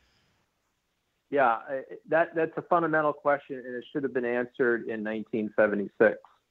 And that it's gone on so long. I mean, think about it. After all these years, we still don't have definitive evidence one way or the other whether there's even microbial life on Mars. Definitive evidence, right? Which you could get with a laboratory experiment like you're describing. We don't have it. Why is that? Huh. It's amazing that we don't have that answer after all these years. We don't know. Right. There's He a was lack of blackballed. evidence. Yeah. Right. He was Well, blackballed. And I read in an article a couple months ago, I forget who it was that said that they should have offered Dr. Gill, a tenure or a position, being his experience and everything. I said, well, now you're trying to give him the reach around all these years later. I don't think he'd appreciate it. I mean, it's like, and I don't think, like Dr. Brandenburg said, he laughed and he says, well, Dr. Gill wasn't the type of guy that would fall for that anyway. You see the amount of dignity and respect, I mean, we all need this question answered, but we also want to pursue ESA, because they're also doing the ExoMars rover 2020, and that has Russian involvement. And Russians were very interested in Dr. Gill's experiments years ago. They approached him, but the Pentagon denied Russia. Dr. Gill wanted to, but the Pentagon said no. But the Russians went with it anyway, aboard Mars 96. And what happened? It never left Earth orbit, did it? Someone made sure it didn't, or was it just happenstance of technology, the galactic ghoul trying to reach Mars? Well, they have a lot of bad luck when it comes to Mars. Indeed, but I think it's definitely time for this to be put to the test. It validated both Viking sites more than 4,000 miles apart. Like Dr. Gill said, if you need replication, what more do you need? But I understand science is about replications, but NASA has only been looking for signs of possible life instead of actually finding it, I say. And he says that NASA should be made to be felt embarrassed and then to do this. But many of us know there's politics and, again, Brookings and all that involved. And I do believe in that aspect. I don't know how much firmly you put any attribute to Brookings, because that would bring it into the conspiracy side, at least in people's minds, right? Well, no, I mean, I think there's pretty good. I'm pretty convinced that in the 50s and certainly in the 60s that they operated according to the rules laid out in Brookings. The way, there'd be a show, even into the 70s, shows like, I'm dating myself, like Unsolved Mysteries, shows like that. And now they have Ancient Aliens, but the shows from like the 70s and the 80s, they'd be stating some incredible, making some claim, and then there'd be some really conservative for how to deal with things that couldn't be explained. Absolutely. And it probably still is. I mean, to some extent, right? I mean, because no one's come out and admitted anything definitively and presented any evidence, and we're just as much in the dark as we were in the 50s. I mean, wouldn't you agree? Oh, definitely. But it does, in a way, fit the model, like with the presidents and the very fast timing of announcing the Space Force to the actual creation, the outright disclosures in your face everyone's clapping for, and they don't realize what he said. I would have been like, I'm showing my age too, Arnold Horshack, ooh, excuse me, what'd you just say? Everyone's clapping. He said, put American boots on the face of Mars. I heard it quite clear. All that fits Brookings' models of how we will be needed to be when there comes a time when we'll need to be told. But over the years, prep people, and we've seen it in science fiction shows and et cetera, et cetera. I think it's very applicable, especially in how I say the fear and the Viking missions of what was done, because not only Dr. Gill's tests detecting life, no, and have to use percolates later. I want to test those percolates theory. I really do. Let's put that on board along with Dr. Gill's test. Let's see which one what's others' ass. Let the scientists bet them amongst themselves and we the people. I mean, that would put incentive into everyone wanting to see the pictures of the microscope doing these tests. I mean, all that falls into Brookings of what they see, and also staring up at them. The land of the nasties, where the Viking was supposed to land, but landed where? In Chryse and Utopia. Instead, there was too many nasties down there. Where are we? Because there was a face looking up at them. Oh, my God. Dr. J laughs, Dr. John Brandenburg, and he says, well, the U.S. government didn't want to, rain on anyone's 4th of July parade and eat their hot dogs. And, and that would have been a mass impact, thinking about it, if it was given out at that time. Were we ready, Brookings-wise, at that time? Or is it more realistic now to look back and say, okay, that looks realistic, because look what we're facing, Dr. Mark. And this evidence that you're presenting is not only done on Mars, like you said, you could do the same thing on Mars, and therefore you're doing it here on Earth. That's not just a coincidence. That's the same an intelligent mindset. And you don't need chisels and stone tools to do this with the modern tools that we have now. And I think that, your work is really groundbreaking. And hopefully it would be great to have Mr. Graham Hancock. He says he'll be on this show next year, but hopefully you're able to talk to him beforehand. Or you mentioned others like Baval and there's many others out there.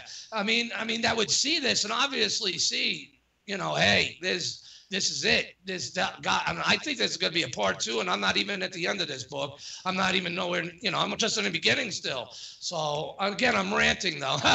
But there's questions. Robert on Facebook asks if there are more faces on Again, Dr. Carlotto, I don't know if you scroll down on the facesofmars.com. There's other images there that have been coming to light, you could say. And I'll spare you from the conspiracy and the blood and gore behind it. But Dr. Brandenburg, last time he was on the show, he also stated that those images are real, and he gave out reasons why. Extended mission and the Viking going closer to the planet, looking at specific targets or seeing whatever, and they could have been withheld. due to their provocative nature. Now, that being said, Robert on Facebook asked if there are more faces of Mars that are visually seen as equivalents in terms of looks as those looking on Earth. So I'm not sure that I'm getting an echo. I hear you okay, but I don't know how's everything there, Odin. All right, I'll try. Okay, I'll try not to. I think it's okay now. To my knowledge, nothing like the original face has been found. There's been other face-like features and other features, and I think you've probably had George Haas on the show. George has found all sorts of interesting petroglyph type features on Mars. And then another researcher, Greg Orm, who lives, I believe, in Australia or New Zealand. He's on the other side of the planet, has been cataloging numerous unusual features. So there's lots of stuff being discovered. It's not like the original face, but it's very interesting, and a lot of it's really hard to explain. That's for sure. I just want to, not to leave this entirely, but I want to just sort of say something. You were talking about Brookings before, and how there's sort of this pattern of behavior. Again, I want to tie in. I want to tie the book in a little bit with what's going on here. In that, when Viking, I think it's relevant. It's related. Well, when Viking got to Mars, it didn't. The orbiter didn't expect to image anything like the city in the face, and so the space science community was at a loss for what to do about it. And I was part of how they handled it, and they sort of brushed it. They marginalized it. They made us, look like we didn't know what we were talking about. And a similar thing happened when the Spanish came to the New World and they discovered the Aztec and the native people in the New World. They didn't expect to find an advanced civilization here in Mexico and Central America. And so what they did was they destroyed it. They burned and they pillaged and they destroyed so much of that culture, and then they marginalized any serious study of it. They called it Mayanism, attributing more. They said that that they tried to marginalize it, and I think it's just sort of a tendency of whoever is sort of running the game, whoever makes the rules, they can do whatever the hell they want.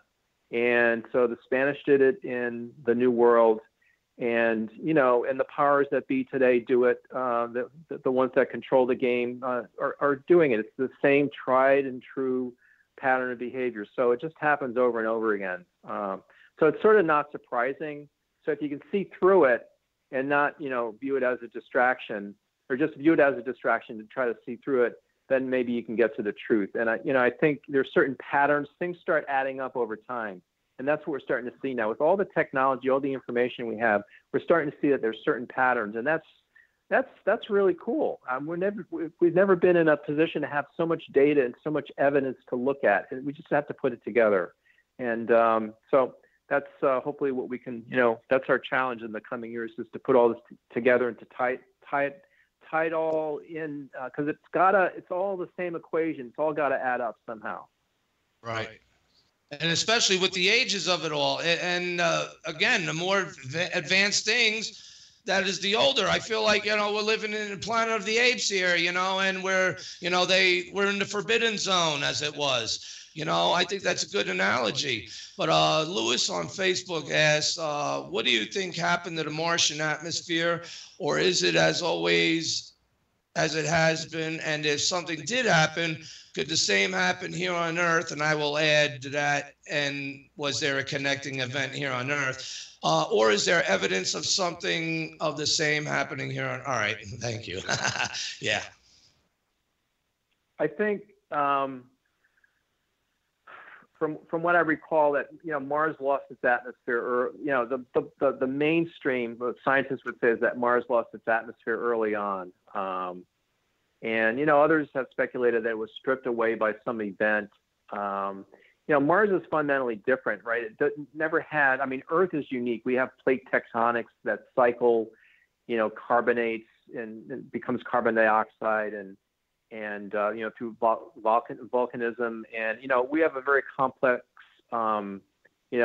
ecosystem, whereas on Mars there's no, I don't believe there's ever any evidence of plate tectonics, and so it's kind of a different, it seems like it was a different place entirely.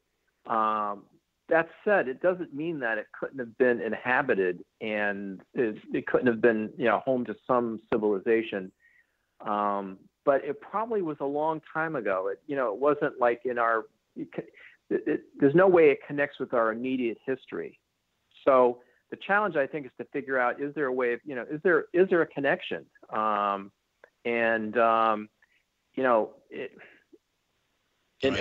perhaps even I mean, some would speculate. Well, so what? It lost its atmosphere. Maybe Mars was terraformed, or they moved underground. I mean, all these things are possible. I guess when we get there, we'll be able to explore and investigate. That's really exciting, and right. we're going to be able to do that in a few years. Exactly, but there's in essence, that would be throwing. It's great to think about it, but it's speculation, and it's on a model table of possibilities. And being like detectives, I don't think we're at that point yet to determine, especially if the Martians came here to Earth. I mean, it could have been us humans that went there and met the Martians and then had it all out. Remember, a nuke was dropped apparently or two on Mars as well. We have to consider on that table. That's a big whoop-de-doo for many other people to consider. But what were those events? What happened? Or was it just us? And they became more advanced and warred between them? I don't know. But Evelyn on Twitter asked, do you believe that there is or was life on Mars? And is there any evidence to support your claim of either way? He will answer the question. The further question is, what constitutes life? Well, I think those structures, Dr. Mark, constitutes that, even by, what's his name, Carl Sagan's own words. How do you detect, intelligent civilization? You're utilizing that here on Google Earth yourself. I mean, it's by the geometry, right? Yeah, it's an enigma, because early on there's evidence of ancient river valleys and water erosion, and it was likely there was some kind of an ecosystem, and whether or not there's anything still living left from that earlier era is unknown. I mean, maybe there is. Maybe if you dig down deep enough, maybe one of these rovers will find something. Well, when you so send you got enough that boots. on the one. Yeah. And then you can dig and you can do excavation. So there's that, and then you got these ancient ruin-like structures that I don't believe they're just naturally eroded landforms. There's some definite structure to them, and regularity and alignment and so forth. So but how do you connect the two? That's actually what Greg Orm is trying to do. He's developing a hypothesis that there was a planet-wide, like a Stone Age, late Stone Age technology that existed on Mars for an extended period of time, and that's something that might actually bridge the gap. So I think the way I like to kind of think about it is like, how do you put all these things together? You got these pieces, and individually they don't make a whole lot of sense, but if you can put them all together, maybe it'll make more sense. Huh. Right, and that does make sense. Yes, because you can't throw in order to figure that all out, there's got to be a process. You can't throw the cart in front of the horse. Right. You could have your detective speculations on the puzzle board and strings connecting to see which ones actually add up. But until you get to each point where to connect the string has got to be met, to get this information. Someone, I think, knows a lot of this hidden history that we're not being told of. But then again, maybe they don't, and that's why they fear it all the more. but it's connected to a threat from deep space. That much I'm concerned about, and obviously, because it's very easy for them to leave as if it was yesterday or just a year ago to them, and then coming back, and it's only 50,000 years later. Why? To cross space, you got to cross what? Time. And that's, again, the Earth becomes like a time machine. And I wonder at any of these intervals is maybe when such and such beings would come and forth and going. There's no evidence also, therefore, Dr. Carlotto, of what you're seeing, therefore, cannot actually be ancient aliens either, in that sense. They're not leaving big structures that look like themselves, in essence. But I'm thinking previous human epochs here on Earth. What do you speculate about that? I mean, at least in that regard, there's got to be some inclination, a thought in your mind. All right, so I took kind of a different position in this book, and I said, yes. Let's forget about the ancient astronaut stuff for the time being. I'm not saying that it's not possible. Gotcha. But I said, but my sort of thinking is that, okay, we all take, a lot of us have had our DNA tested, our family trees and all this. It's pretty well-known, tried and true technology. It's based on, sort of this family tree, right, that seems to emanate from Africa, 70,000 years ago, something like that. And that explains, supposedly human migration throughout the world. But what these theories of human migration say is that prior to our own migration 70,000 years ago, there were previous migrations out of Africa. So what happened to those? A lot of the speculation is that they just they went back or they died out or whatever. But what if they didn't? What if they actually developed into an advanced technology like we have over the last 10,000 years? What if they did that 100 or 200,000 years ago? So they had developed right. built these structures, and then when we ran into them, and when we were primitive hunter-gatherers, we saw them as gods, and that's the origin of a lot of our myths and legends about gods and so forth. So that makes kind sense of also. So, but and maybe, who knows, maybe, and they're finding, right? Yeah, I think it was on Ancient Aliens the other night. They're finding how they're testing this DNA and how it's different from our own. There's these differences. So who knows? Maybe the ancient astronauts and these earlier migrations, maybe it's the same thing. I don't know. All I care about is establishing that sort of the existence proof that something existed 100,000 years ago. Once we can establish that, then we'll figure out the who and the what later. Let's just establish that it exists. That's kind of what I'm into right now. Indeed. Now, on that note, I think we should take a break and come right back.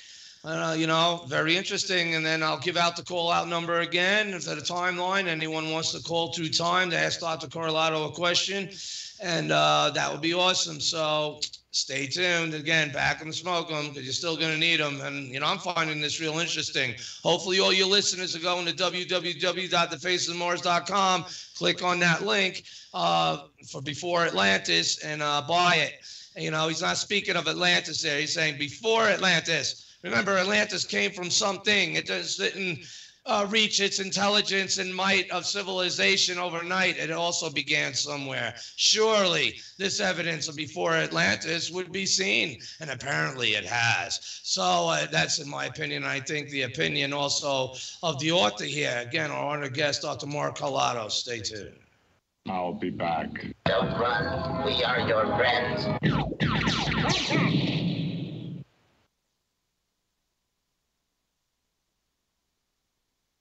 The L&M Radio Network and Late Night in the Midlands depends on you, the listener. Without you, there would be no us. So help us continue to bring you the best guests with the best information, and subscribe today. Information on becoming an L&M subscriber can be found at the top of LateNightInTheMidlands.com. Just click the About Subscriptions tab and become part of the family while helping the truth stay alive.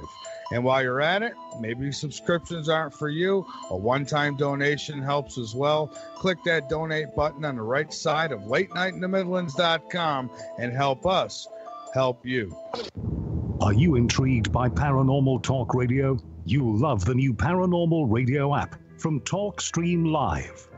You'll find a great selection of talk shows covering UFOs, ghosts, strange phenomena, and much more. Download the Paranormal Radio app now and start listening to the very best in paranormal talk entertainment, including the network you're listening to right now, the Paranormal Radio app, free in Google Play and the iOS App Store.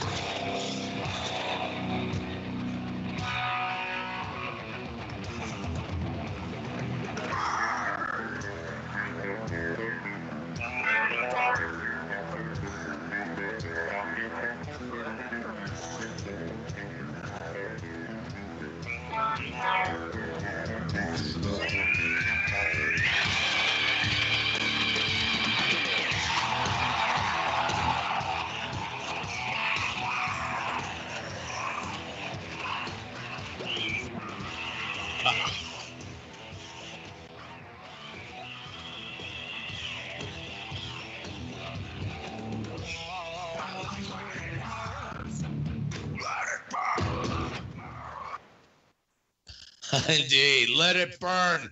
Pack 'em and smoke 'em. Let it burn.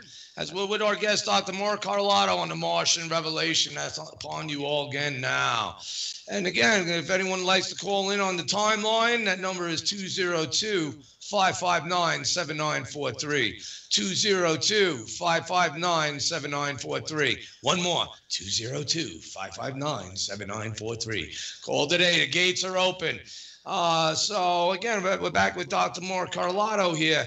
Again, go to www.thefacesofmars.com. Click on the book link there for Before Atlantis, and look at that structure sitting on the book cover. Look at that structure sitting there. Just think, that's not the oldest part. What is, and the more advanced is what it sits on, and that's many of the amazing things about this. And all from a niche, Dr. Carlotto, just to go start taking some trips. Did you advance into another realm of research for us all? It was just so amazing how I realized this, and everything happened in like seconds. The whole thing kind of just came together. The idea, what it all meant. Of course, it took months to do all the measurements and then quite a while to write the book. But the basic the idea was, it's so simple. As you see, it's pretty obvious. Once you see it, it's pretty obvious. And if you go on and you start playing around with Google Earth, you'll see just how obvious this is. And so, what does it mean? Does it mean that it's real, or is it just a coincidence? I can't. I think it's highly improbable. With so many sites, over 4 sites have these alignments, and they're not just aligned to any point; they're aligned to ancient pole locations or points near them. Is quite a remarkable coincidence. So, I don't know. I'm grateful. It's just to see something like this, to see it unfold, it's just kind of it's just magical. What your boost being able to be there and not having to cross millions of miles, and at least in your past research there, again, they're going to converge. I have a feeling. Is there going to be? I keep getting a feeling. Is there going to be a part 2 to this? I mean, again, I'm not even through the book. I apologize, sir. I've been swamped with a lot of things, but I am definitely seeing where it's going so far. And so is there going to be a part 2? I'm feeling like there might be, and I have a feeling Mars might be involved. I'm just feeling that. I'm not saying, well, let me just ask you this. Is there a part 2? I'm ranting again. Gee, I don't know. I think what I think there would be a sort of a part 1B, or there'd be gotcha. There'd be another version of this, because I kind of took a very broad brush. I'm covering a lot of ground, and it's I discussed like 40 different sites, so I don't spend a lot of time on each one.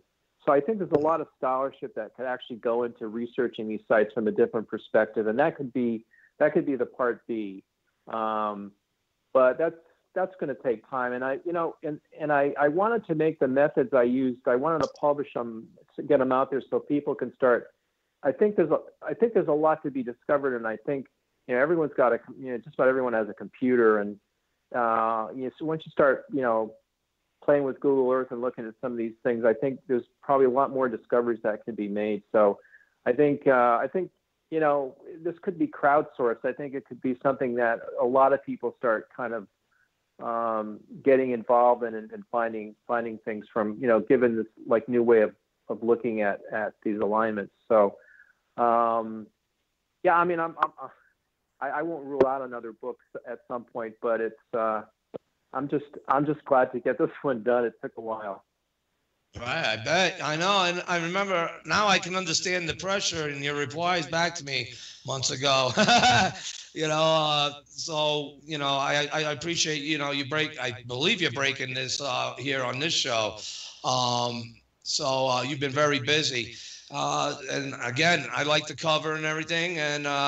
If you ever need a book cover artist, consider me, my friend. And Neely Publishing, they publish, but I know you self-publish, you said. And I'd like to talk to you maybe in the future about an endeavor I'm doing, but as advice. But anyway, so I still find that incredible, because the Before Atlantis, again, it takes away the concept of what Atlantis in people's minds. And I don't know why the giggle factor's there too. I mean, they can't explain even the pyramids of Egypt. Again, power tools, people. Let alone the other bizarre and amazing feats of wonders all over the world. How can that? There's got to be a semblance of where that civilization must have been at its advancement. If you go by the so-called human evolution of advancement and civilization, to building to that and not that type of knowledge. How long were they around? Whoever it was, they had to have been around a while. That's the thing I'm trying to say here. And, you know, so before Atlantis, I think it hits the mark. No pun intended on your name. Or maybe there is a connection to that. You were meant to bring this. Well, I mean, you know, Mark and Mars share the same root, right? So I guess that's why I was named Mark in the first place. But so, you know, the thing is about these sites. The other thing that I didn't mention, you know, we talked about how these alignments work. But you might ask, well, what do archaeologists say? It turns out that archaeologists really, for the most part, have been unable to come up with a good explanation for why these sites are misaligned the way they are. And it's amazing some of the hoops they jump through, and just the I don't know, it's like I just reading sort of how they explain it. It kind of makes my head hurt. There's no simple, compelling explanation. And these are monumental sites that, you know, like in some cases they explain that it's aligned to some pattern, some pecked cross in a stone on some distant mountain, or aligned to a mountain that you can't even see from the site. It's like just crazy explanations. And, you know, this is the academic. So if I ever tried to publish this in those circles, it would be rejected. They would never accept any of this. So it's like, this will reject them in time, Dr. Mark. And that I'm convinced with, because again, there's a lot of researchers out there, you know, that don't adhere to these scholarly, you know, PhDs and degrees. And I hate to say that, because, you know, a lot of these people work hard, like, you know, and, you know, for their lives and who they are, and it limits us. And especially when we have to make our nation great permanently. Look what's been done to them. Look what's running around the streets wearing pussy hats. And instead, look at this man here. And what he's laying out here is showing you all, hey, man, look, check this out. Before Atlantis, MFers, you know what I'm saying? I mean, let's talk down, because it's something they'll understand. They are not the first, and we're not the most advanced things that happen on this earth. And I still say it, there's a lot of connections. Again, I think, again, speculation aside, you were right, Dr. Mark. The next coming few years is really going to connect a lot of these dots. If everything's open. Possible. I think it's possible, yeah. So it's going to be a no-brainer. So if, you know, we could, you know, you're doing this, and you know others that, you know, they call them pseudo archaeologists, or pseudo this, pseudo that. You know, I don't even pay attention to them, because I get to learn enough things, and I got this far, Dr. Mark, by following people like you and your researchers, of things they don't teach of in college. So who's getting the better bet and the better deal? And get this, people, I don't have no paybacks. I don't have to go to jail or have something taken from me because they can't get me jobs for all these degrees that they want you to go for. Look at the things they're not teaching you. And, you know, Dr. Mark, you know, I commend your effort, and nothing's coincidence. I think there's definitely more from you in this will end with Mars, and I'm definitely looking forward to it, and so are others. And Mean Green stated Dr. Carlotto had access to the Viking data. Yeah, to the Viking data tapes. And that's a good question. Thanks, bro. And did he see anything interesting that wasn't available to the public back then? Like, Dr. Mark, what's on thefacesofmars.com as you scroll down the page? Do those look familiar by chance?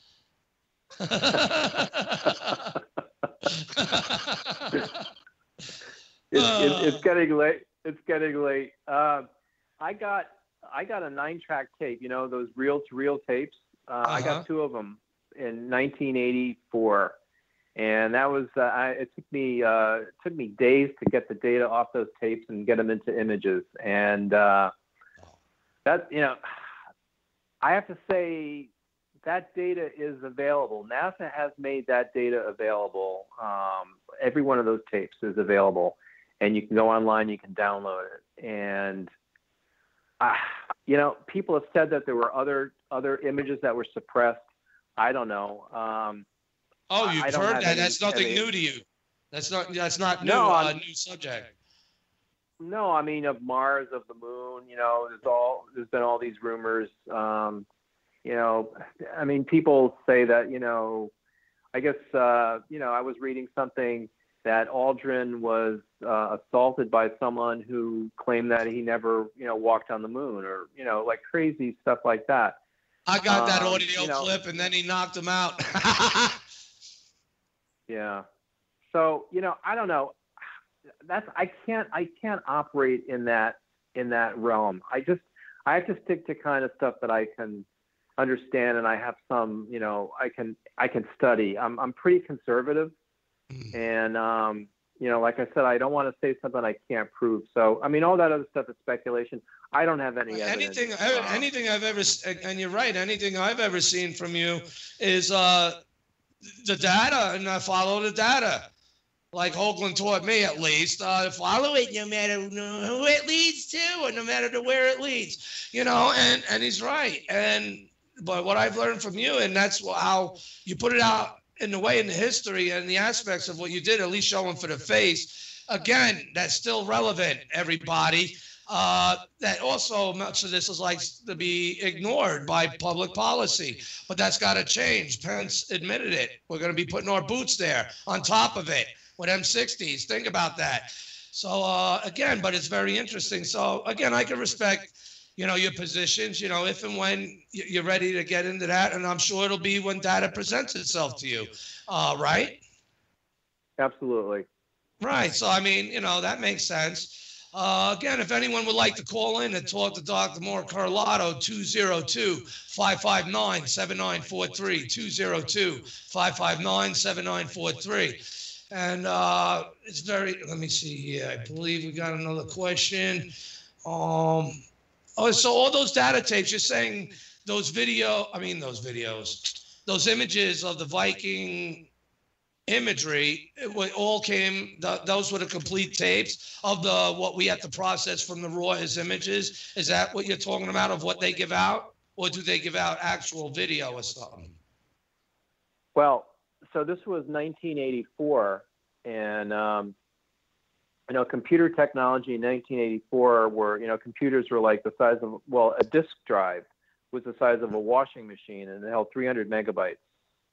Like right now you can get 300 megabytes, on something the size of your fingernail, probably even smaller. Right.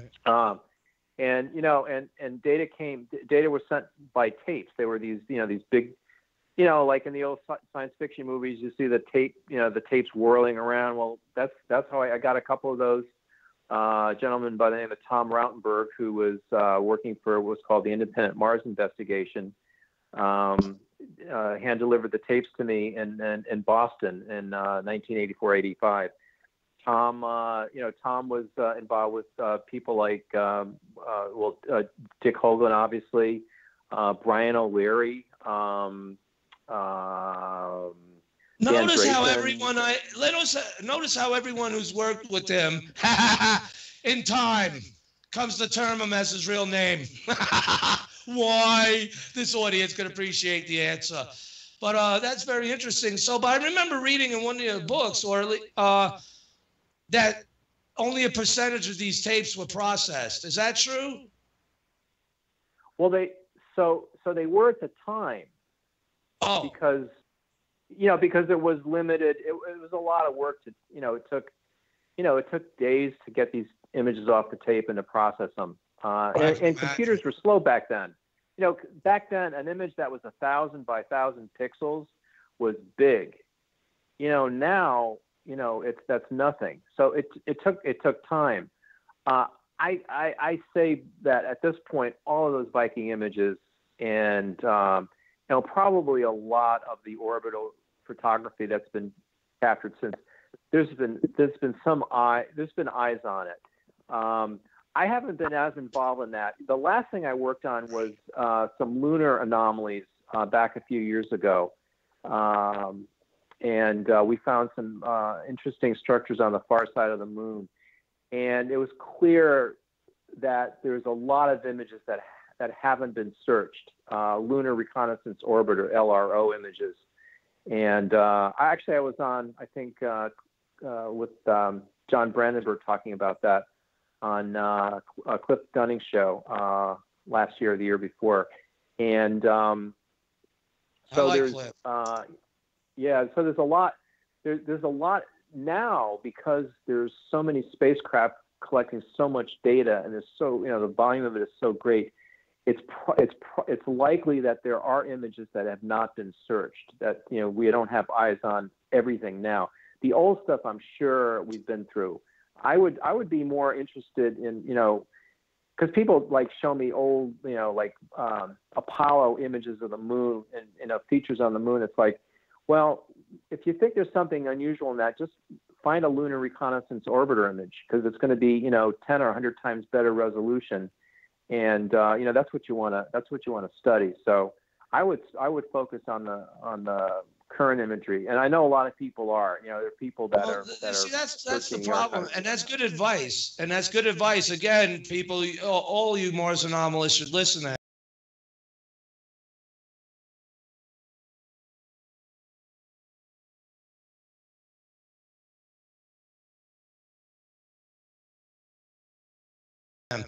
Happy day, and you do it, and you walk out. You don't need the thing. But I was tasked to solve, again, without getting into all the blood, guts, and gore and that conspiracy. But I got to find them. They're real. Dr. Brandenburg even gave us plenty of reason why to consider they are real. It's just a matter of, well,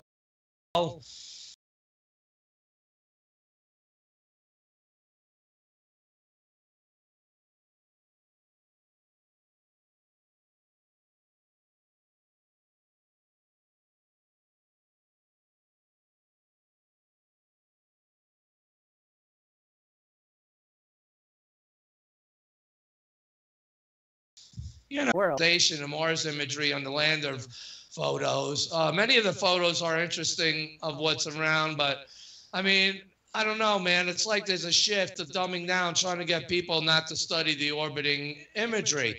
And I'm very apt and versed in just doing just that all these years.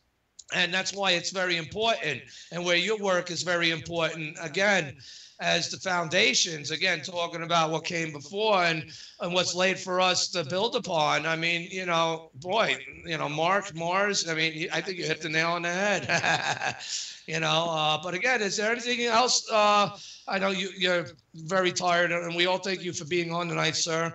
Hopefully you enjoyed yourself. And I was wondering, though, would you be willing to be on with Dr. Brandenburg? It's funny you brought him up on a future show with me, maybe in, a couple months or a month or two, if that's all right with you. Yeah, first of all, thanks for having me on. I've had a great time. I'm actually wide awake at this point. My wife just came up and looked at me. It's like, what are you still doing up? So, no, it's great. Tell her thank you. And no, and it's been great. Great questions. I realize this is something completely different, so it's maybe a little challenging to get into, but hopefully in the future we can get into other aspects of it. And well, the next time you and I talk, I would have already read the book, and I'll have my notes and questions. That's fine. No, but actually, you had a lot of really great questions, and so yeah, absolutely. And I'd be happy to come on with John. John and I have been on shows, a number of shows, and he knows a lot more about the wink that images, these types of images exist. He knows a lot more about that than I do. So I kind of. Well, if you ever do happen to hear a birdie chirp in the wind, sir, if you ever do happen to hear a birdie chirp in the wind, I'd appreciate a little wind coming to my ears. Anything. I don't know nothing, say nothing. You know what I mean? I respect your position. But I'm kind of like Sergeant Schultz on Hogan's Heroes. I know nothing. But you're not a Nazi. Don't get the wrong idea, people. All right, he's far from a commie. So that being said, all right, is there anything else you'd like to bring out? Like any events coming up that you're doing, or any future shows you'd like to be on? I don't know if you considered Heather Wade's new show, The Kingdom of Nye, who that is, or even Cliff. Have you spoken with Cliff? I mean, I think that would be pretty good too. And hopefully the listeners here are clicking on that link and showing you some love and respect, my friend. But is there anything that you would like to add, or even a website? Yeah. I didn't link a total website for you. So actually, I've been talking to Cliff, and I'm going to be on a show next week, I believe, on October 20th, I think. Oh, awesome. I think. And so, yeah, I mean, I'm happy to talk about, the book and connections, the stuff that we talked about tonight. It's brand new and it's fun to talk about. And, yeah, I mean, I'm certainly interested in networking and finding other like-minded people who want to talk about the stuff. And I think it definitely seems like there's like people that are thinking along the same lines. They're kind of looking at things in a similar way. I think you'll be contacted soon. Yeah. So absolutely. And I look forward to getting a high resolution copy of your cover art. That's key.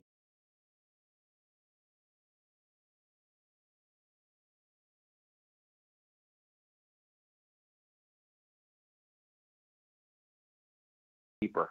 Something out of there. Wouldn't you know? Smoke 'em. I got an imagination. I use my Imagineering department. That's what we encourage on this show. All right, Dr. Mark. Well, again, thank you very much. Thank you, family, and everything. I'm glad you love it, and I'll send you that tonight after we speak. And do whatever you like with it. We honor you, dude. So just keep rocking. I think there's a lot more Martian revelations coming from you. I have that feeling. In fact, I'll say predict it. So I look forward to that. And again, keep rocking, my friend. Thanks, Gary. Have a good night. All right, you too. So, people. All right, bye. So that was cool. I definitely wanted to keep going with him, but, it's late back there where he's at. He's back near Darrell there, near Odin, And, well, we had a phone call this night. That was cool. I didn't mean to jump on him, but when it comes to, doing anything with the commies or the chinks, I'm sorry. No way. They're our gravest enemy. And then Iran. I consider them two the greatest enemies before, Russia. Of course, I'd rather do things with Russia. But, who knows? They're talking and doing their things together, too. So we know scripturally how that's supposed to turn out. But that, hey, I believe what Trump says. We have to build the infrastructure. And if they do, okay, you think they're going to invite us? No, we won't even be a nation. Remember, they're shooting for a one-world government. Okay, do you want that in control or we the people? You can't have a one-world government with the we the people. Point out, what do you think? They want to take our guns and take our borders away. And notice how we're getting strapped looking for lads and lattices to join our forces, let alone the Space Force. Look at the condition they're in. Never mind being half dumb and half stupid. But think about this. This is the realities, though, of where the Martian revelation leads us. And, we're going to have to relearn the mistakes of the past. We're going to have to relearn what happened on this earth, previous whoop-de-doos. There is no ifs, ands, or buts about it. And Dr. Carlotto's work there, I think he's hit it on the head. Again, it's like a time machine. Remember, out of those multiple points, at least that's what's found and connected. One of them's the oldest. And that's still more advanced than anything we could do today. So is there a connection to Mars? There may be. Again, you can't throw the cart in front of the horse. All great discussions, though, of possibilities, huh? But Dr. Carlotto doesn't like to speculate much, and I want to respect that, but I do notice from him when there's data and he works with it, he presents it in a way and like this book is extraordinary. I'm reading it. And I definitely appreciate it because I am doing my homework with it. I'm going to take my notes. I've already took some. So, but that being said, again, next week we got Sebastian Voltmer.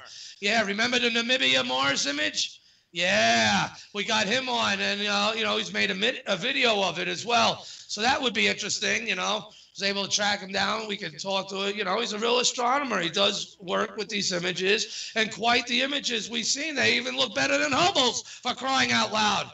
And how old's this kid? I mean, come on, think about it. Or is it the tech? All right, no, but I think it's the Imagineering department upstairs in his mind that enables him to see this and help it and give it to us. I don't think he's aware of the vast treasure that those images offer. Even Dr. Professor Morningstar even liked it. You know what I mean? And like that image, it was unique. It really was unique. But that being said, I'm surprised there wasn't more callers. There was a lot of questions. I'm sorry I didn't get to ask them all the questions put forth by everybody, but some people's questions were also tied into, I think, some of the things he went over. And plus, I might have just missed them, so I apologize. But again, there's always next week or the week after, right? Again, email MarsRevealer@gmail.com. So I guess on that note, I should just say good night, Daryl. I don't know, Odin. What's up with you, man? Chilling like a villain, man. What's your feedback? What'd you think of Dr. Mark? It was a great show. He was very insightful. The questions kept coming in. And yeah, I had to discriminate. Some of them were reflective of questions already answered. But I have to say it was a successful night, and I'm very proud. Awesome. Thank you, my man. And this is Odin, my co-producer here, of all you new listeners, hopefully that we got. And I kept you around this week. Again, email me what guests you want back and what guests you don't. That's all I'm going to say. You got to expect the unexpected. Yes, we strive to bring you the truth one show at a time. But, it's also, hey, it's a mix in flavor. Everything's not going to be a bash. But everything's just another show to me to better myself and better prepare myself and set things up for you all to succumb and envelope the Martian revelation that we have to make our reality. So I'm glad you liked the guest. And I guess on that note, I should just call it good night and keep rocking, people.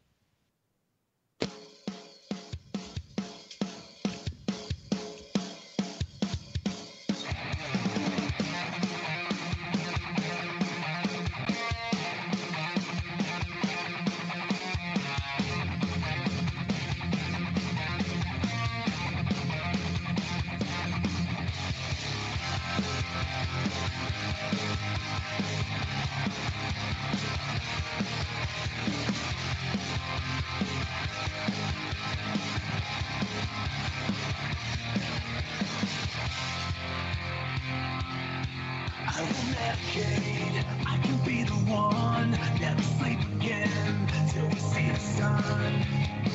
Stare at yourself for hours in the mirror. No pretend lies, it's been said before. The makeup will hide, but lifetime scars. So let's get to all the things that we fear.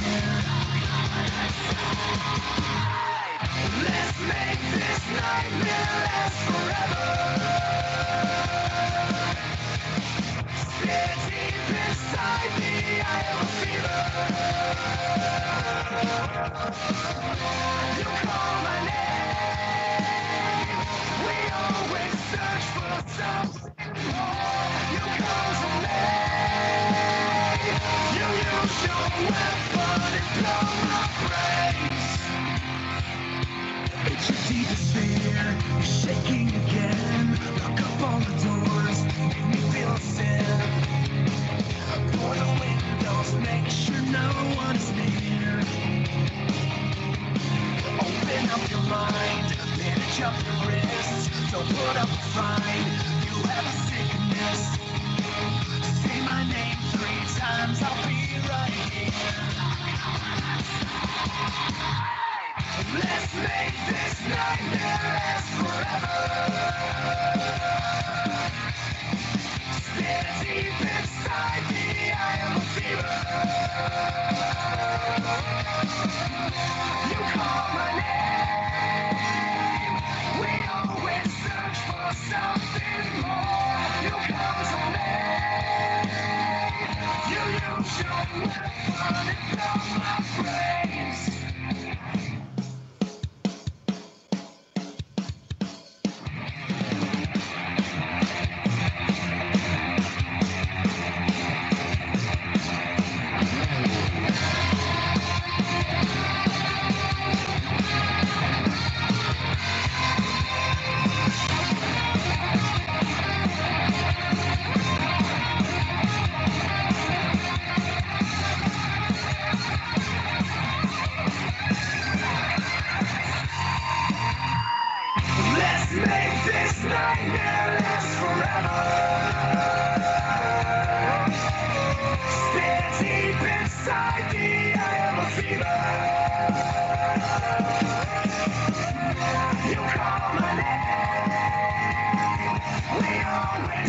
for something more. You come to me.